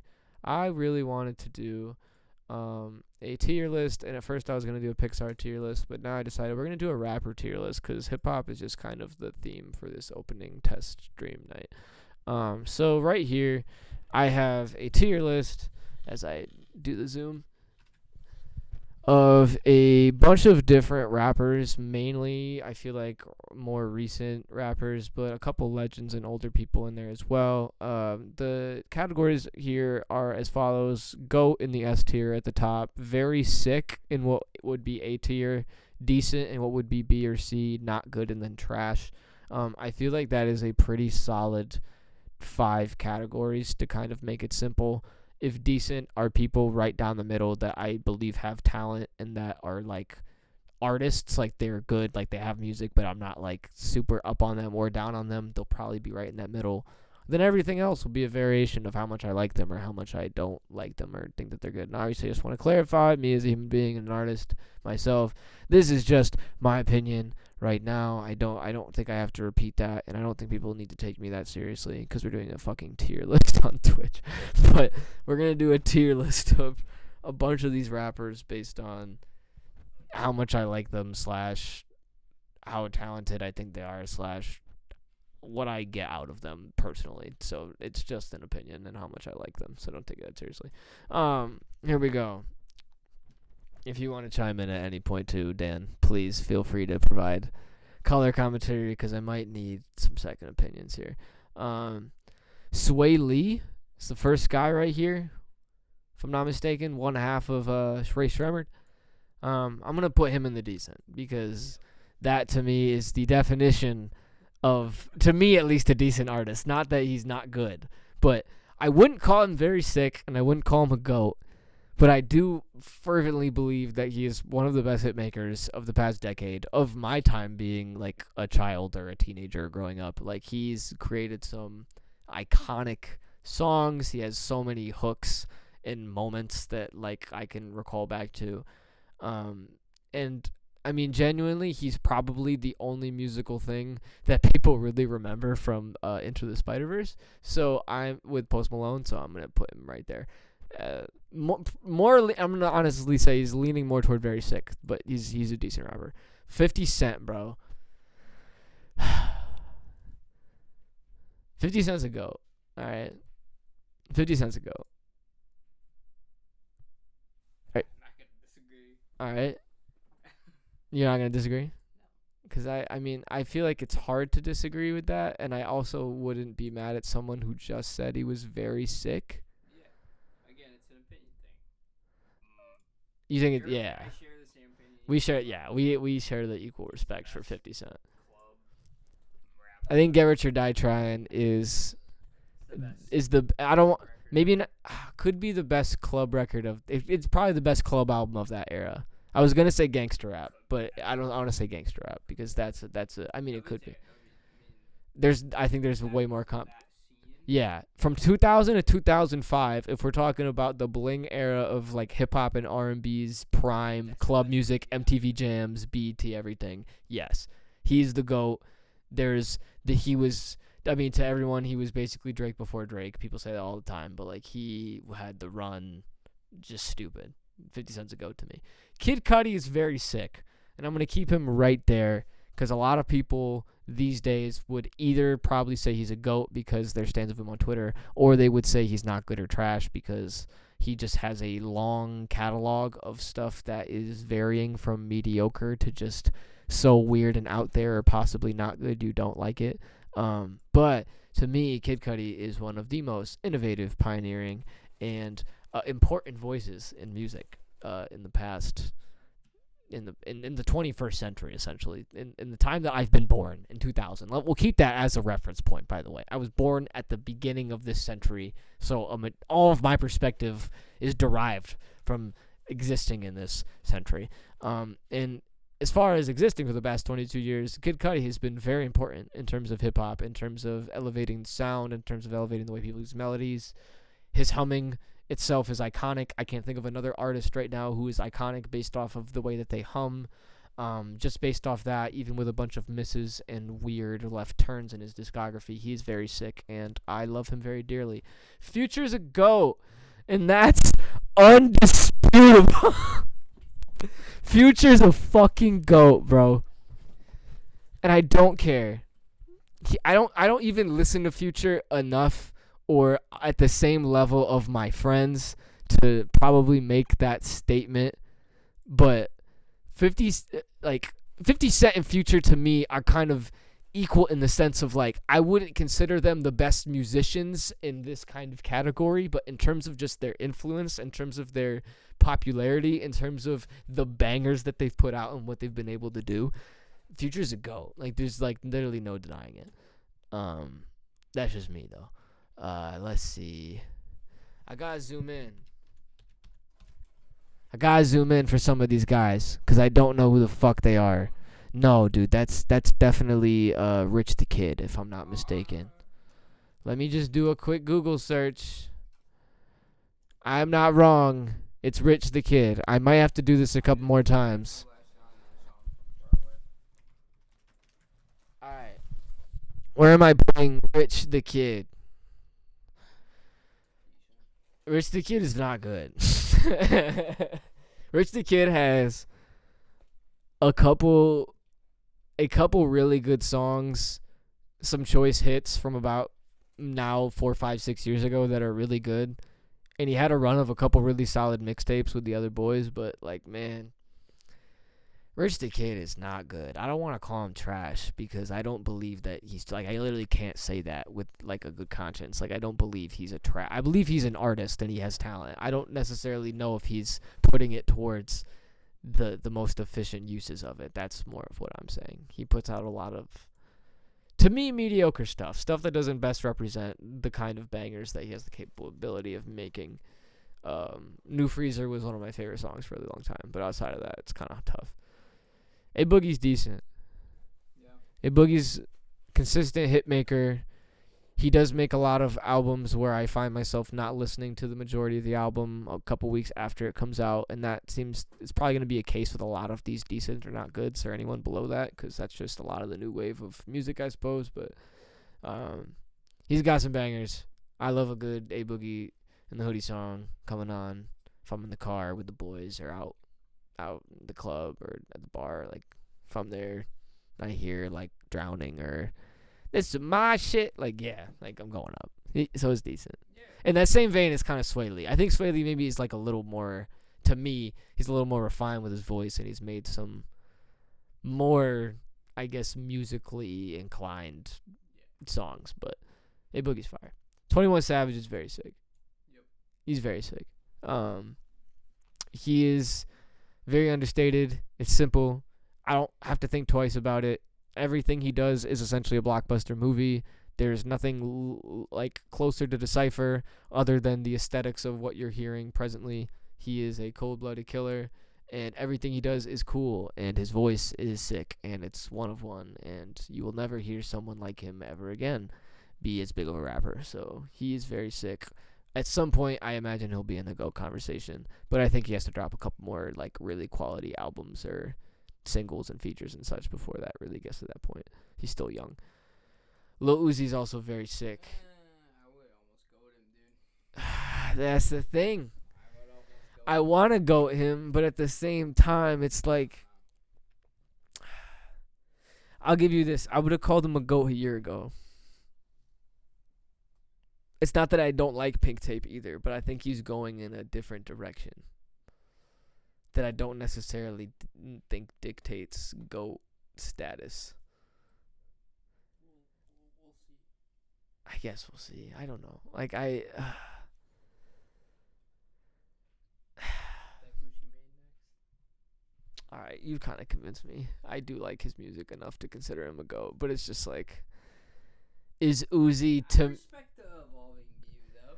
No, I that's the thing. Like, I feel like in the, like in the past when I was younger and I was just like simply into the vibes, I would have been like, yeah, like purely on vibes, much in the way Future is, like he's the GOAT. But he's also doing different vibes, which I respect as an artist, but I don't necessarily want to listen to it. So it's like, It's definitely different because, like, when I got my freedom for the first time, in a lot of ways, it was like the first Love is Rage and, yeah. like, you know what I mean? Yeah, 2016 through 18, where he kind of came out, was a very formative time for us and a lot of people in general. So I feel like, yeah, just coming out of high school, like Uzi was becoming huge. Yeah, like it was, yeah. So, like, he's definitely Yeah, I mean, yeah, to us, he's definitely a GOAT in that, we'll say. So, I mean, I feel like his talents may more lie down here realistically, but in terms of also what he's just been able to do in a short amount of time, he probably has to be in the GOAT conversation for me. And the fact that he's still alive. You know what Gucci Mane's also a GOAT. I'm also just going to say, kind of in the same category as kind of 50 Cent. Like, he's not putting up the shots he used to. But he's still consistently dropping music, which I think is absolutely ridiculous for the point he's at in his life. I think he's pushing 40, and he's looked better than he ever has. His mixtape run in jail was legendary. Those were some of the first mixtape I checked out when I got into hip-hop several years later, and they are sick. Yeah, Lemonade. He's a GOAT. A$AP Rocky.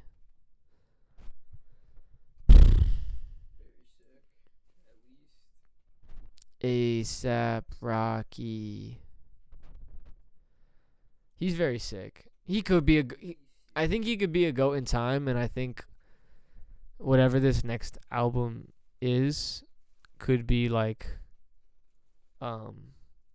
maybe that breakthrough or like that masterpiece or like whatever, because I think a lot of his albums are like really genuinely great, and like even without the vocal chops maybe that other rappers have, he's a really strong, clever, simple writer a lot of the time, and his beats are like fucking out of this world, like Grammy level should be every single time, like psychedelic, world breaking shit. So I feel like he has the potential to be a GOAT in time, and just what he's contributed to fashion and all that stuff, like just being the sex symbol that he is. Like he's kind of in that general A-list status, but I don't know if I'd call him a GOAT. But he's very sick for sure. Lil Durk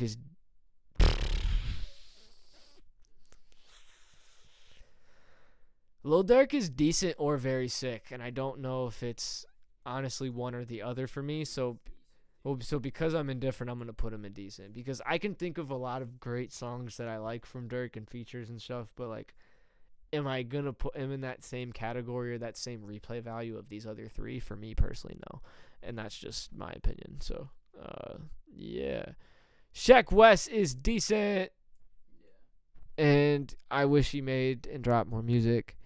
I saw him live in concert at Astroworld when they came to Hartford, Connecticut, the Astroworld tour. When a guy can do a song like 3 times in a row and the energy only gets higher every time he repeats it, that's a sure sign that the song is good and that people like it. So I'm just going to say, seeing Mo Bamba live in concert was one of the best things I've ever seen in my lifetime, and he should make more songs. But yeah, he's decent. Ideally, with just the fact that he's mostly known for that song and EP and not much else outside of the Jack Boys, Cactus Jack stuff, he would probably be in a Not Good on any other day, but he's decent for me because I have a really strong attachment to him in that song. That is NLE Choppa, if I'm not mistaken. Please don't let me be wrong. See, the funniest thing is the time that I guess who one of these guys are, and then I have to Google them, and then I'm wrong.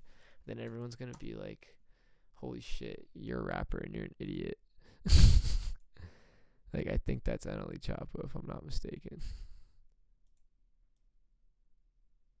I'm pretty sure it's NLE Choppa. No, I'm tripping. I don't think so. Yeah, see, that's why I'm why, or is that NBA Youngboy? Or is that what I'm thinking of? Is that the difference? Is that the oh, he's got the head that's fuck! I did the thing! I was just saying no! Nah! Why? Why? I literally, oh god. NBA Youngboy. Alright. Can I just review this real quick so I make sure I don't fuck up again? God damn it. That's NBA Youngboy. I'm not changing that answer.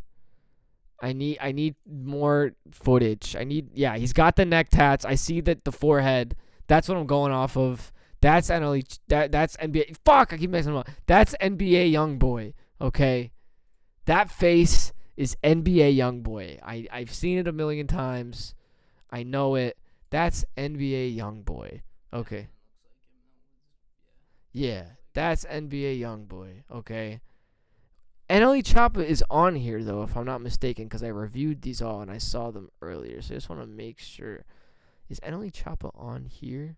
Let me go through all the names real quick, just so I make sure I don't fuck them up. All right, ready?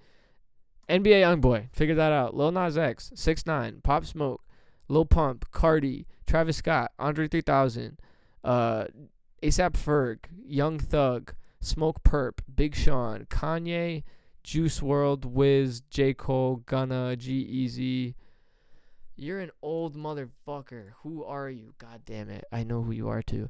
Don Toliver, Designer, DaBaby, Ski Mask, Lil Baby, Lil Mosey. Oh, who's that dude? Is that Lil TJ? I think it's Lil TJ. I'm going to double check that one right now because I have a feeling that's Lil TJ.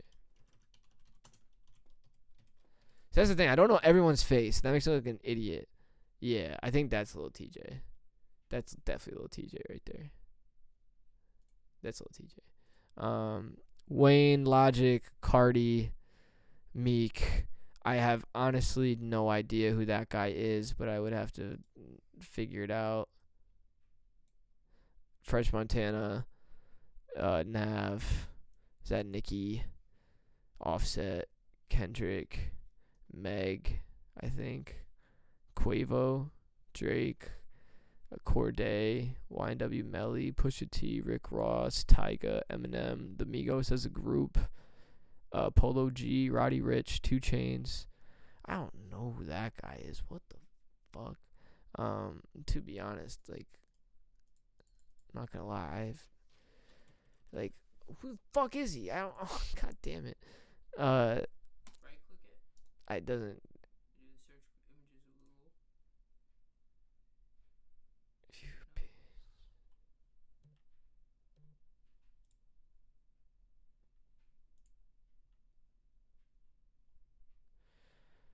Oh, damn. Style sheet.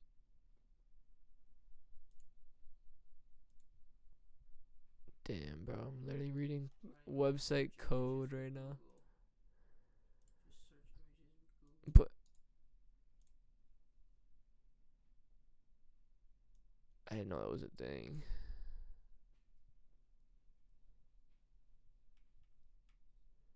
Stunner for Vegas. That's good to know. Thank you. That's Stunner for Vegas. I didn't know that was a tool. Good shit. I literally didn't know that's how that worked. That's NLE Choppa. Do the one over the one you weren't. You want to make sure it was. Yeah, do that. Just do the first one. This is I know. Well, I know this is NBA.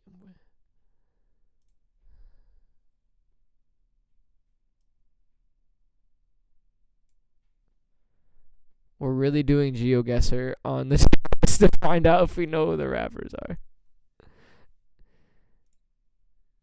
That's so funny.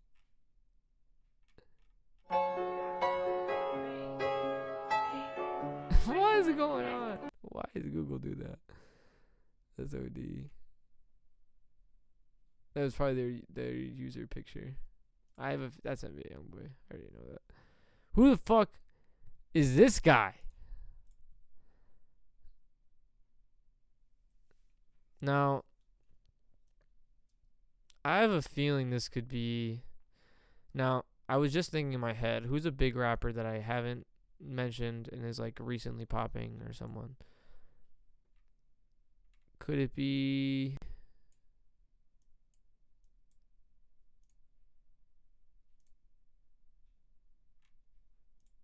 You gotta get a bigger image of it. Oh, I can't.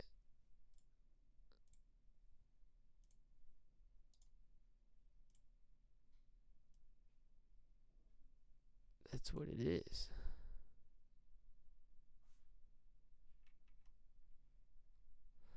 Nah, man. Ain't finding shit. Maybe if I zoom in, I guess. Look at us doing research and shit. Moneybag Yo.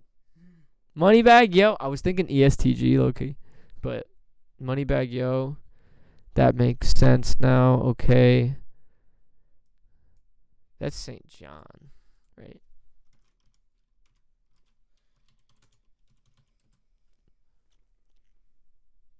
Yeah. That's St. John. Okay, so I think I pretty much know everyone on this thing now. Let's run it back from the bottom. Joyner Lucas, X, St. John, Annalie Choppa, Ty Dolla $ign, Trippie Redd, Tory, Stunna 4 Vegas. Now that I know that, there you go. Takeoff, rest in peace. 2 Chainz, Megan. Okay, yeah. Now we can run this all back from the top, because now I know everybody that we're looking at.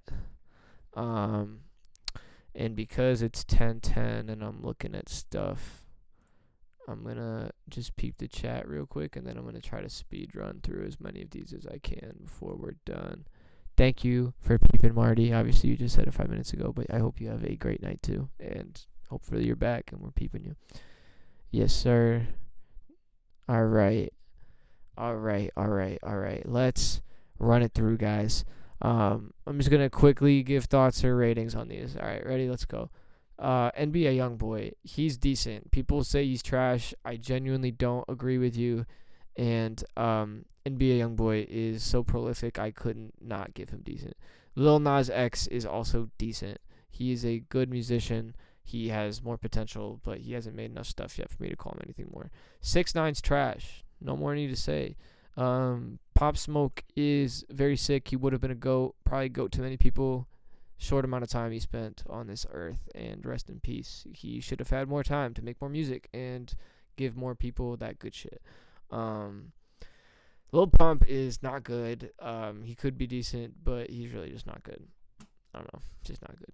Cardi B is very sick. I will stand on that, and she could be decent, but at the same time, I think that people don't give her enough credit for how efficient she is on the mic. You don't have to be the Nicki Minaj or the Lauryn Hill or the whoever to be good at what you do. She makes hits. She sounds sassy and like a boss on everything that she does, so there's no reason not to give her that respect. Travis Scott's a GOAT. I don't want to have to go farther into that. He's a GOAT in my opinion. Anyone I put in the GOAT status is not necessarily going to be a GOAT by old head standards or by even mainstream hip-hop standards. Just me as a artist, or if it's someone that we grew up listening to that is just at that level of like everything I'm going to pay attention to, they're a GOAT to me, to be honest. Andre 3000 is the most GOAT out of all of these so far. He is clearly the best rapper on the board at this exact moment. He probably, arguably he's going to be the top 3 rapper for the rest of the entire thing. So, if not the best. So I think he easily deserves that GOAT spot. If Big Boy was here too, I would also put him in that GOAT spot for the record. A$AP Ferg is very sick. A$AP Ferg has a lot of good music. A$AP Ferg is easily neck and neck with Rocky, maybe, in terms of just having the best output from the A$AP camp, and I'm not counting Ant or Nast or Cardi or anyone else. I'm not counting Cardi because Cardi's his own thing, and I'm not counting the other guys because they're smaller and it's not the same thing. He is neck and neck with Rocky, I believe, for the best music out of the whole camp. Young Thug is a GOAT. Simple as that. Free Jeffrey. Smoke Purpose not good. He's definitely on the same level as Lil Pump. I'd even argue he could be decent. He definitely has the Dead Star mixtapes and other stuff that are like actually solid trap projects, but like I don't listen to enough of his stuff or want to return to it enough to call it that. Big Sean is a GOAT. Shut the fuck up, everyone. He's not corny, and if he was corny, you were corny at the time he was corny, so shut the fuck up. Lil Baby is very sick. Will probably be a GOAT one day. Could be a GOAT right now. People were saying he was in his Wayne era recently, and he's kind of fallen out of that narrative. People are kind of doubting him a little more now, but he's still very sick. He's still a great artist. Ski Mask, also a great artist. I need more music from him. A$AP. DaBaby's decent. DaBaby has literally... DaBaby is a Pokemon. He has 4 moves and exactly 4 different flows he can recycle, and he usually uses 1 or 2. So that's my opinion at the exact moment. Had the potential to be a 90s era-esque Busta Rhymes level great with the flow and the lyricism he's shown flashes of, right? Does he do that consistently enough, and does he consistently lean into lazier, more talkative, rapping for rapping's sake kind of stuff? To me, yeah. So he's decent.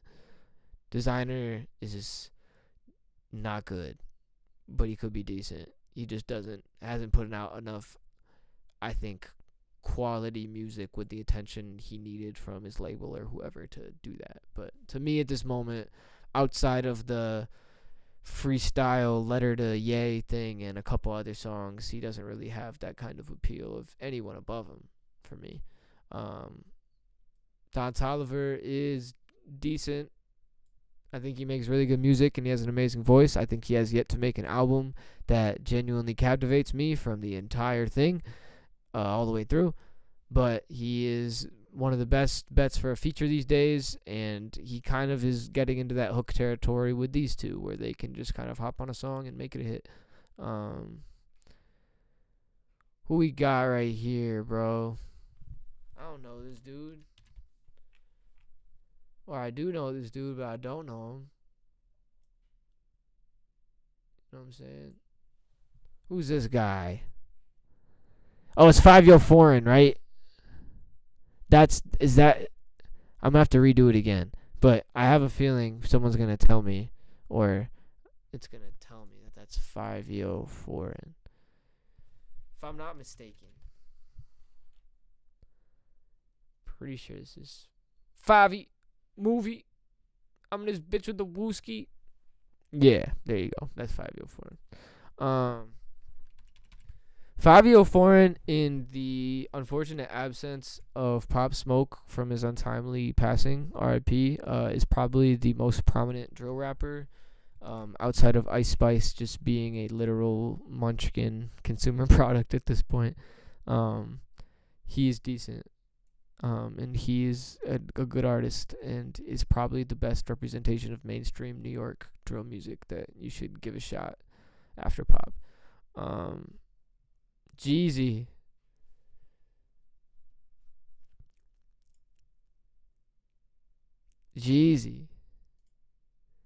I'm going to repeat it because I don't want to say. Alright, so we're just going to have to address something. I think is it K by 333 said stop avoiding Kanye and put him in trash. Fuck that. We're gonna get to that when I get to that. And it doesn't belong there. So just to let you know, you wonderful chatter. Thank you so much. Yeah. Jeezy's not good. Jeezy dated Halsey. He can't be trash. Can't be trash. You're right. I'm tripping. I'm tripping because what just happened with, like, he's a piece of shit. So that's why I say I'm tripping, because that was like a joke. He's a trash, but the one good thing he did in his career was almost wife up Halsey. That's all I have to say. And he fucked that up. You're right. You have a good point. We did bump a lot of I mean it, though. We're not going to deny that. If I said I ever fucked your bitch, I meant it. Okay? And I'm not going to let that go. Can't let that go.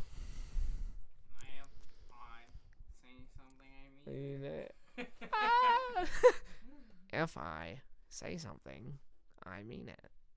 If I said I ever fucked your bitch, just know I mean it. Oh Lord knows.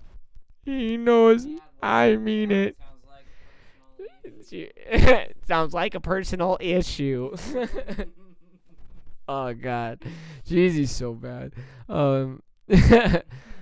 Gunna is decent. He's in that same camp. Like, I have enough music that I like by him. He doesn't do anything out of the box or crazy that I like, but he's always the most solid, consistent vibe which is good. J. Cole's a GOAT. J. Cole's a GOAT. He's up here. He's up here. I don't know why I'm rearranging them. It doesn't really matter what order they're in, but he's up here. He's with the legends. He's up there. It's undeniable. Wiz Khalifa is very sick, and he's going to be kind of in that same category of Cudi and Rocky and all them, in the sense that they could be GOATs depending on what your personal preference is, but I do think they have put out enough good music over time to be considered at least very sick, if not legends and GOATs in their own right. Juice WRLD's a GOAT. I would almost put him in very sick. No, I think Juice WRLD's a GOAT. I think Hey, it's... I got him. I mean, you know. You know what? I'm just going to... I'm tatted, bro. I'm just gonna simply put it at the fact that we were able, while he was living, to get, if you're counting the earliest mixtape, 2 if not 3 really, really strong commercial projects, albums out of him that had a lot of hits, a lot of shit that we played all the time and still do. And there's so much unreleased stuff that we've gotten, and there's so much unreleased stuff out there that you can go listen to, that lets me believe that if we even had him for another year or 2 or 5, as unfortunate as that is, he would end up in this place no matter what. Sure. So that's how I feel. Even if where he stands now after his passing, you know what I'm saying, even if the music he let out wasn't where he would have reached, based on just what I feel and what I know is out there unreleased and released, he's in the GOAT category. And that's just me personally. This tier list is crazy good. Thank you, my moderator. It's only good because you're helping, and I put Juice WRLD and Uzi in the GOAT category, and I have a feeling... No, that was just acknowledging him with the chat. What the fuck, man? I gotta figure out that I'm looking gonna need another monitor to like do the whole extra editing part, because pulling that shit back up over and over again is not fun. Kanye. Alright. Hot take time. I don't support anything Kanye's done probably in the past 2 or 3 years, musically or personal wise. And I don't really see a pathway in which he's going to make a giant comeback, because he's kind of painted himself in a corner as an anti-Semitic piece of shit who, for all I know, has been cloned at this point. I don't know anything about this guy or what he really stands for at any point. But if I am just going off of what he's put out as an artist, he's in the GOAT category. That is not even arguable. And I'm sorry for my girlfriend / the chatter who was really adamant about putting him in trash. I love you, but he's going to be in the GOAT category. I apologize so much, and I love you. This is Lil Mosey. He's not good, because Blueberry Faygo is a good song. But outside of that, I don't give a fuck. So, that's my opinion. Lil TJ is decent, and he has good songs. And maybe he's kind of, maybe not putting out the best stuff post getting shot. But, like, you know what? God bless him that he's still here, and we still have him. And he still has the potential to make a lot of really good music. So, that is where I'm putting him at, and decent.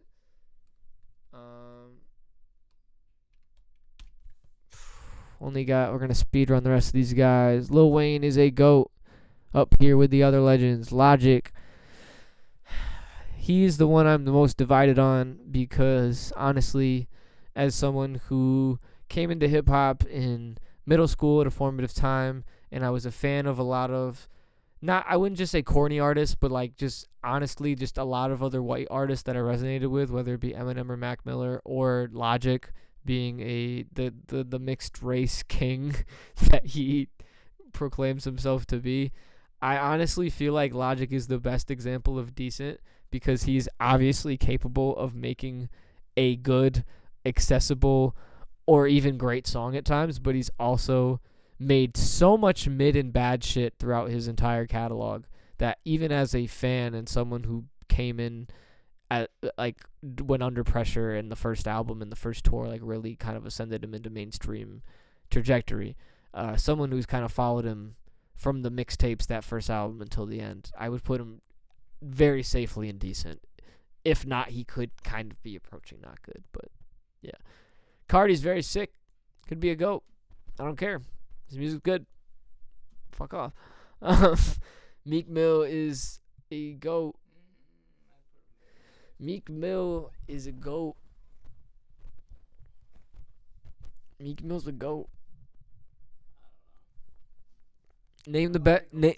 Alright, but alright. You could probably take like 4 of them out. You're right, but alright, but here's the thing you gotta acknowledge, right? Because I'm not just going off of who is making the best art or who makes what I think is subjectively the best music. Because if you look in that GOAT category, to be honest, there is a large variance in, per se, like the best Outkast music and what like the best, Young Thug or Gucci or like Uzi music is, or Juice WRLD music is. Like, to me, I think every artist's relative standard for what their success and what their greatness is different. So like, for me, it's as simple as, Dan, what is the greatest hip-hop intro of all time? If your answer isn't Dreams and Nightmares, I have a fucking problem with it. So he's the literal GOAT. I don't care if he literally just put out that one album and that one song. Motherfucker, I'm never going to hear another song that turns an entire room into a chorus for the rest of my life. It's just not going to happen. Meek Mill is a GOAT. I think all of the Dream Chasers mixtapes are GOATed. I think that is the best intro of all time. I think he's put out a bunch of good albums. He may just be like a Twitter warrior at this point, but that doesn't mean he hasn't done enough for hip-hop in the time that he's been here. That's all that I'm saying. Like, to me, being a GOAT, like, to me, like, I don't know. Like, there's an argument that I'd say Biz Marquis a GOAT, but that doesn't mean he's actually, like, GOATed in his musicality or whatever. But for hip-hop and on this tier list, compared with other rappers, like, his overall contribution as a person and what he's given to the game, yeah, he's a GOAT, bro. 100%. Like, the hits from everyone in the GOAT category are simply undeniable. There's some people in the very sick category, too, that are also undeniable. But everyone I've put in GOAT is a superstar, being a lyrical miracle, or simply just a hit maker. You know what I'm saying? So, I feel like that's kind of also where I'm staking it at. Also got Drake to make back-to-back, so. Moneybagg Yo is decent. He has good albums, good mixtapes. I like a decent amount of singles from him. It's not my personal favorite kind of music. I would listen to it when I'm working out and stuff, but he is a decent, if not very sick or legendary rapper that deserves your attention. French Montana is also decent, and I'm going to leave him there because a lot of people would say that he's either a GOAT or he's not good or trash, and I think that he is also kind of the perfect example of Logic, not really in the same way, but like they're both able to make great songs, great hooks. They clearly have the ability to rap and do entertaining things, but the amount of time that French is getting carried by the production or a feature, or the amount of times he's just putting out an album full of ass, it's just like, bro, he's decent. That's all I have to say. I don't think he's as corny as Logic for sure. Like that's just no doubt, but an equal amount of mid and trash kind of in the overall output. Nav's a GOAT. I think I just ended the tier list right there. I don't even have to do another rapper because he's kind of above everyone, but we'll keep it going. You're welcome. Nicki Minaj is also a GOAT. That's pretty simple to me. If anyone can't tell, the Nav is a meme, and he really kind of belongs down here. But I'm going to put him up here because he's my brown boy, and I love him. You might be like very sick as a producer. Who he's oh yeah, I mean honestly, if we're being real, like his talent, maybe not what he like shows on the mic, but his talent as a producer and a writer, like yeah, he's probably in the decent to very sick. Personally, I think his music is just so boring or laughable that he's either to me not good, or like to me like the level of meme ability that I hold him at, like he's a GOAT, and he acknowledges that too. So like I respect that a lot. Nicki's a goat. Not much more to say about that. Offset's very sick. He's the best rapper out of the Migos, so I don't think that needs much more explanation. Kendrick Lamar is a goat. He's my actual goat. I hate you. He is on the painting right behind this computer on the wall. Kendrick is probably my favorite rapper of all time, just personally, so he's going to be a GOAT, but I shouldn't have to explain why he's up there. Roddy Ricch is decent.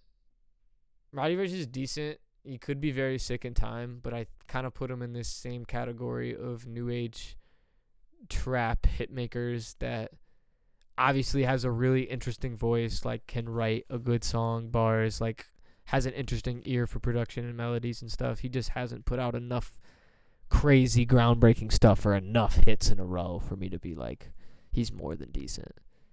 The Box is a great album. Please excuse me for being antisocial. It's a great album, but outside of that, I wouldn't say anything much more. That's just my opinion. I have to keep reminding that. Because I'm an artist, and this is going to get me in trouble at some point. Polo G is very sick. He could be indecent, but for me, I like enough of Polo's songs, and I've heard him sing and rap and do a lot of different stuff. He's very versatile, and he always puts his heart on a song, and I feel like his hits are just really hits. So, Migos are GOATs. I don't think that's arguable. You could argue maybe just quality-wise or like output, maybe that their music is only decent or maybe very sick, but I think just in terms of who they are to hip-hop, they're GOATed. It's not even that much of a question. Yeah, Bad and Bougie, Versace, like whatever one you want to name, like Get the Bag, like they're all classics. Fight Night, like all the old ones, mixtape cuts, like they're all GOATed. Pipe it up. Eminem.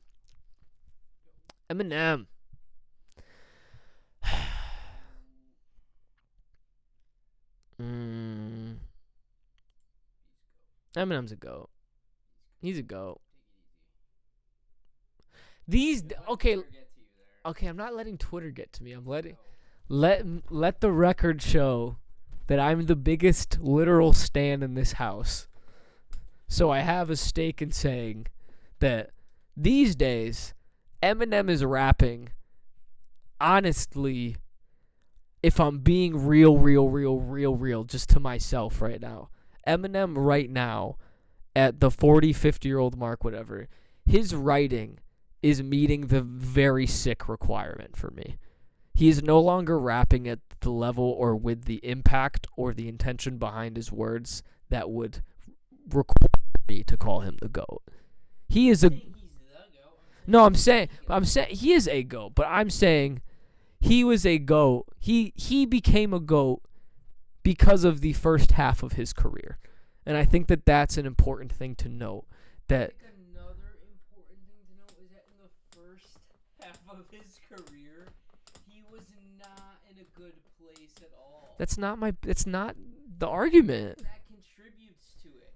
He's not using his music as therapy anymore, essentially. You don't think Eminem is using his music as therapy when all of his new albums are when Music to Be Murdered By is literally a return to form of Slim Shady, and then him rapping from the perspective of, I'm old, I don't understand rap. Obviously, when you're like a young dad and you're like battling like heavy addictions and stuff like that, like I'm the not. things you're saying are gonna obviously mean more to even you as yourself.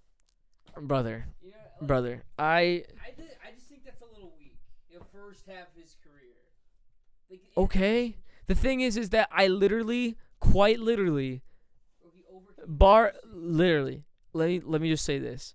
If we ignored the last 2 or 3 years in which this other rapper I'm about to mention made a huge comeback, I would easily say the exact same thing about Nas, in that Nas is one of the greatest rappers of all time, but he gets that respect because the first half of his career was very prolific, and then he just had an immediate downward spiral into a lot of mediocre or honestly shit music that didn't mean a lot, clearly didn't mean a lot to him, and wasn't the kind of output that people were expecting. At the height of his hit making, Eminem was able to be both a hit maker and a lyrical miracle, and wearing his heart and his goddamn entire life and family history and drug prescriptions on his sleeve. Yes. I'm not arguing any of that. Is that part of the charm and the appeal as to why a lot of that original music was so great? Yeah. Do I think it's impossible to make great music after going through that and still have a... But that's my point. If someone like Jay-Z exists, I'm not going to give Eminem the credit of just, oh, he's still a GOAT, and I think he's still rapping at that level. Jay-Z's consistently proving he can rap at a better level almost than what he used to do. Whereas Eminem, while he might believe technically and flow-wise he's doing some crazy-ass alien shit. Questionable names in that quote category that are probably very sick, so we can safely put it. Okay, but here's the problem, Dan. I agree on the sense that Eminem is a GOAT rapper and he's made goated music, but you also got to argue there's a clear difference, honestly, in the discourse between Eminem and all of these other people we're talking about. And it's not just about the fact that he's white. It's not just about whatever other talking point. To be real, Eminem does a lot of corny, experimental, not good panning out choices in his artistry, whether it be the constant cramming of words into super fast shit that some technical lyrical miracle fans might like, but it's not accessible to everyone to listen to. He has honestly horrible beat selection a lot of the time. I'm the worst culprit of that because I absolutely believe that a lot of his shit's not digestible to the average. Yeah, but my point being is that should actively count against you even if you have a solid discography consisting of 3, 4, 5 legendary classic albums. Use the same argument for somebody else. I forget who it was. Was it Logic? No. Who do you think? Someone in the GOAT category.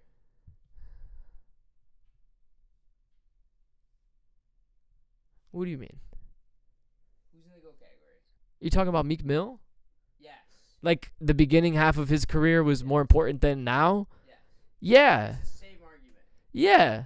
100%. But there's different levels to this shit. Is Meek Mill as corny as Eminem? No. Has Meek Mill ever done it? That's an awfully hot coffee pot and then stood on it? No. Has Meek Mill put out some corny tweets? Yeah. Yeah, but does Meek Mill make more songs that I'd want to listen to on repeat? Yeah. So that to me is an honest, real metric as a musician as to what's good music, if I'm being honest with you. I'm just being real with you. Just because Eminem can rap technically better doesn't mean the music is better. That's all I'm saying. Like, yeah, bro, Cannabis is one of the greatest rappers of all time. No one's fucking listening to him anymore. Except the fucking Web3 fucking crypto weirdos that follow him. So, like, I don't know, bro. That shit's for the birds, the fans. It's not for everyone.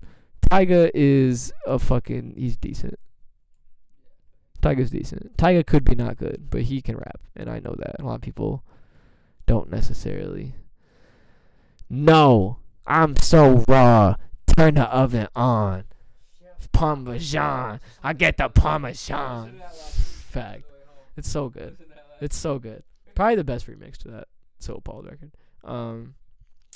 Rick Ross is goated. He could be very sick, but in my opinion, he's done enough across the entire time he's been here. Pusha T also goated in that exact same category. Clips up until now, he's had a renaissance the past 5-6 years as a solo artist. He's a GOAT. It's that simple. I don't think it should be argued.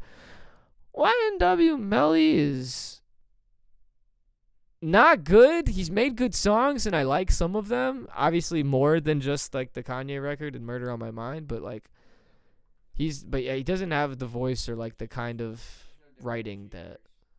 Yeah, he's not really standing out to me in terms of someone that I want to continue to listen to. He doesn't have the perspective that I'm looking for. That's all I'm gonna say. Cordae is decent. Cordae is like the definition of a decent rapper. Quite literally. I think Cordae is a great rapper. He's someone that I love, like, personally, to listen to his music, and I'd love to meet him and work with him someday. But if I'm speaking just as a content creator, streamer right now, doing a tier list, to me, if standing up against the entire contemporary hip-hop scene right here, he is the definition of a very talented lyricist, producer, and songwriter who hasn't necessarily made a lot of those hits or those widely accessible songs that I would kind of qualify that you would need to be in the very sick or GOAT category. Maybe he has done that with some of them, or like songs like Kung Fu and like the Super record with Lil Wayne. Like he has some singles that I really do like and that I listen to, and I spin back The Lost Boy and the new album sometimes, but Chronicles with her and Lil Durk is a great song. But to me, he's just like, he has the potential to be very sick or GOAT, but he right now is existing at kind of this accessibly generic but not accessibly hit making level. You know, that's kind of where I slice him at. Drake's a GOAT. Argue with your mother. Are you sure? Yeah. First half of his career? Shut the fuck up. I'm kidding. It's so dumb. But you literally know what I'm saying. You literally know what I'm saying. Like, it's not even, like, I get the whole lyrical miracle white guy shows up and ends racism meme. Like, I get it. Like, it's so easy to hate Eminem for just who he is and what he represents and the audience of people that is so closely attached to him. To me, it just simply comes down to the fact that the Slim Shady LP, the Marshall Mathers LP, the Eminem Show are three great, classic, fantastic hip-hop albums that should be listened to by everyone. And then from Encore on, it's just a consistent downward spiral of a cacophony clusterfuck of 25% really strong, mature artistic choices that show growth as a person, as a man, as an artist, as someone who's gone through all the things he went through and talked about early on. And then 25, 50, 75% of the time mixed up. It's a mix of him doing a bunch of weird, corny shit that he doesn't have to do, but he thinks because he's technically the greatest freestyler, goated, lyrical rapper, he has to cram all these words into shit when it's not good for the song. Or he picks a bad beat. Or he just attacks some really corny, dumb idea, like with the fucking COVID records, and he just does some shit that if any other artist did it, white, black, from the Midwest or Connecticut or LA or no matter what, it would just be considered corny as fuck. And if someone you knew put it on SoundCloud, you would go, I don't want to listen to this.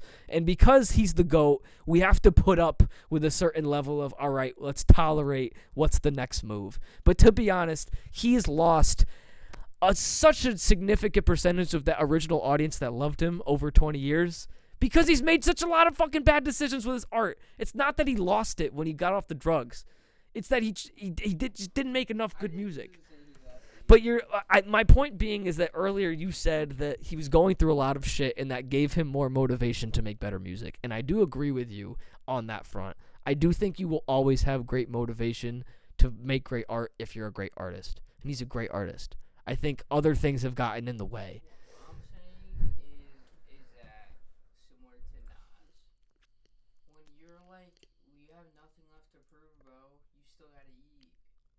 So make some shit and sell it. I mean, yeah. I'm not faulting But at this, for that either. but like, the thing is I get it hurts their discography. I'm not saying that. yeah, but and on that same point, it hurts your reputation. It does. It puts chinks in your armor as like it's the same idea as a UFC or a boxer or an athlete. If you put up a bunch of dubs, uncontested, like total knockouts, and then as you get older, clearly you fall out of your prime and you continue to lose to the younger guys. You don't show the same prowess or level of IQ in your performance that you show.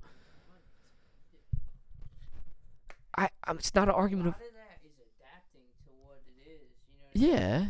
It's not like so obviously, but just like a little bit. You know what I mean? Like just to make yourself more. You know what I mean? But like I just don't think that he cares. You know what I mean? I mean, I don't know. Keep going. Yeah, we're almost done. All right.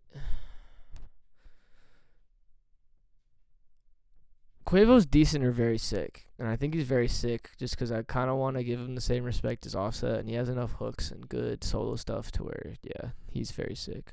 Megan Thee Stallion is decent. I'm not giving her any more than that, and that's, yeah, she makes good songs, and she can rap, and I like her generally. Has she made anything groundbreaking? Absolutely not. Is she even anywhere close to, in my opinion, as entertaining or as unique as Nicki or Cardi? No. So that's why I put her right there. 2 Chainz is a GOAT. Argue with your mother. Stunna 4 Vegas is decent. I've heard enough features and stuff from him with DaBaby and Solo to determine that. Yeah, he's decent. Takeoff, I'm also going to put in the very sick category. R.I.P. He only had that last kind of solo outing and this album with Quavo to kind of really show what he can do. But Last Rocket is a good album. He has a lot of classic stuff with Migos and otherwise, and I think that they're all very good rappers individually, and as a group they're goated as a group, and individually they're all very talented. So that's what I have to say. Tory Lanez is very sick. That is simple. I don't care about the allegations. I don't care about indulging in that discourse or opinions right now. I don't want to care to compare these two at all. No, well, he's convicted. He's going to jail for 10 years. Yeah, I don't care about what he did or he didn't do. I don't give a that I respectfully, yeah, he was convicted under the court of law. Yes. Is the court of law ever going to be the 100% arbiter of truth for the universe? No. And clearly there's a bunch of and my point is I'm not going to be the conspiracy theorist and say you should get out. I'm just saying no matter what the details of your opinion of him are regarding that specific situation, or if you just are on Twitter canceling people, his music speaks for itself. His music is great, and he should be regarded as one of the most versatile and greatest rappers. He could be in the GOAT category, to be honest, just for me, off of his talent and how much I like his music, but he is safely up here with all these other GOATed contemporary hitmakers and legends. Trippie Redd is also very sick. He might be decent to some people, might be not good. I think he's very sick. I think he does a lot of interesting and experimental stuff, and he's kind of like a new school punk rock 90s singer turned rapper, a lot in the same way that Juice and Uzi were, so I like him in that sense. Ty Dolla $ign is goated. He has some of the best features ever. He has a voice that is made and spun from gold. I don't know how else to say it. Yeah, you will never find another hook maker, hit maker like him to tie your song in a pretty little bow together. And Elite Choppa is decent. I like his music. It's hard. Hits at the gym. I will work out to it. I will run to it. Is he saying anything crazy? No. Is he on some wild guru spiritual shit that I don't recommend you pay attention to at all? Yeah. But he makes decent music. St. John is very sick. I want more music from St. John. He has a great voice. And he should make more stuff, and more people should work with him and take his voice and use it for stuff. XXXTentacion is also very sick. I would put him kind of in the GOAT category, but I hit my fucking tooth. Ow. I kind of want to say for the same thing as Juice, like he didn't have the chance to put out as much music as he should have to kind of consider him a GOAT, but he did have less work out. I mean, he had like a lot of SoundCloud Lucy's and stuff out and mixtapes, but he had 2 real albums. Yeah, I mean, to me, he also kind of equals Juice at that talent level and that potential. It's just kind of hard to put it because I resonated with Juice's music more personally, so I'm going to put him in GOAT just because I know that it could be real.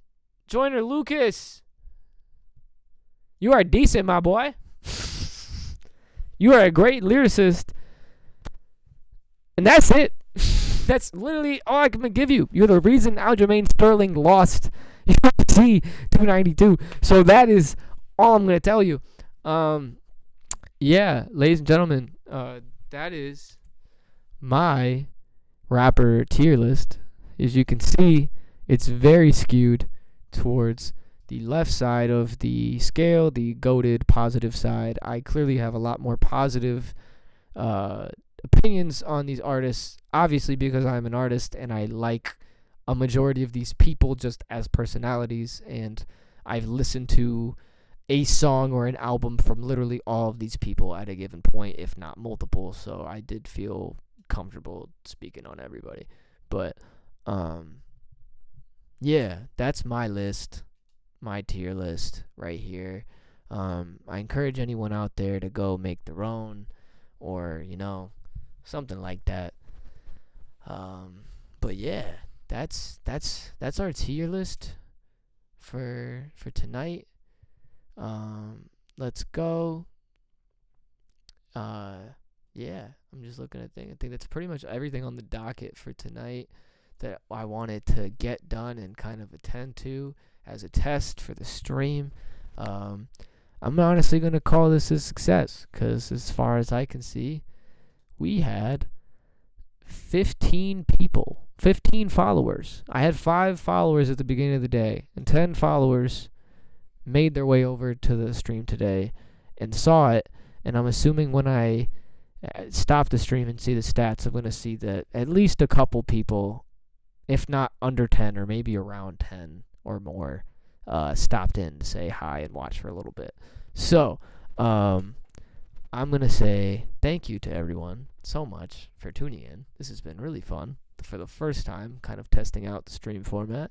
In the future, I would like to do similar stuff as far as just reacting to content of videos that I want to comment on, or like other artists that I'm friends with or know from Connecticut, or just independent things that I want to shine a light on or talk about more in depth, or more tier list fun music things, or obviously I'll probably be making music or making beats and recording stuff on here at some point too, for everyone to be involved. But this was a fun way to get everyone involved, and I appreciate everyone for being here, stopping in. Hopefully you followed and interacted a little bit. If not, tell a friend. Come back next time, and we'll be doing the same thing, I guess, in a couple days or next week to try to test it out further and keep building it up. I'm Nick Rose everywhere. You can find me. Gotta learn to point in the right direction on this inverted camera.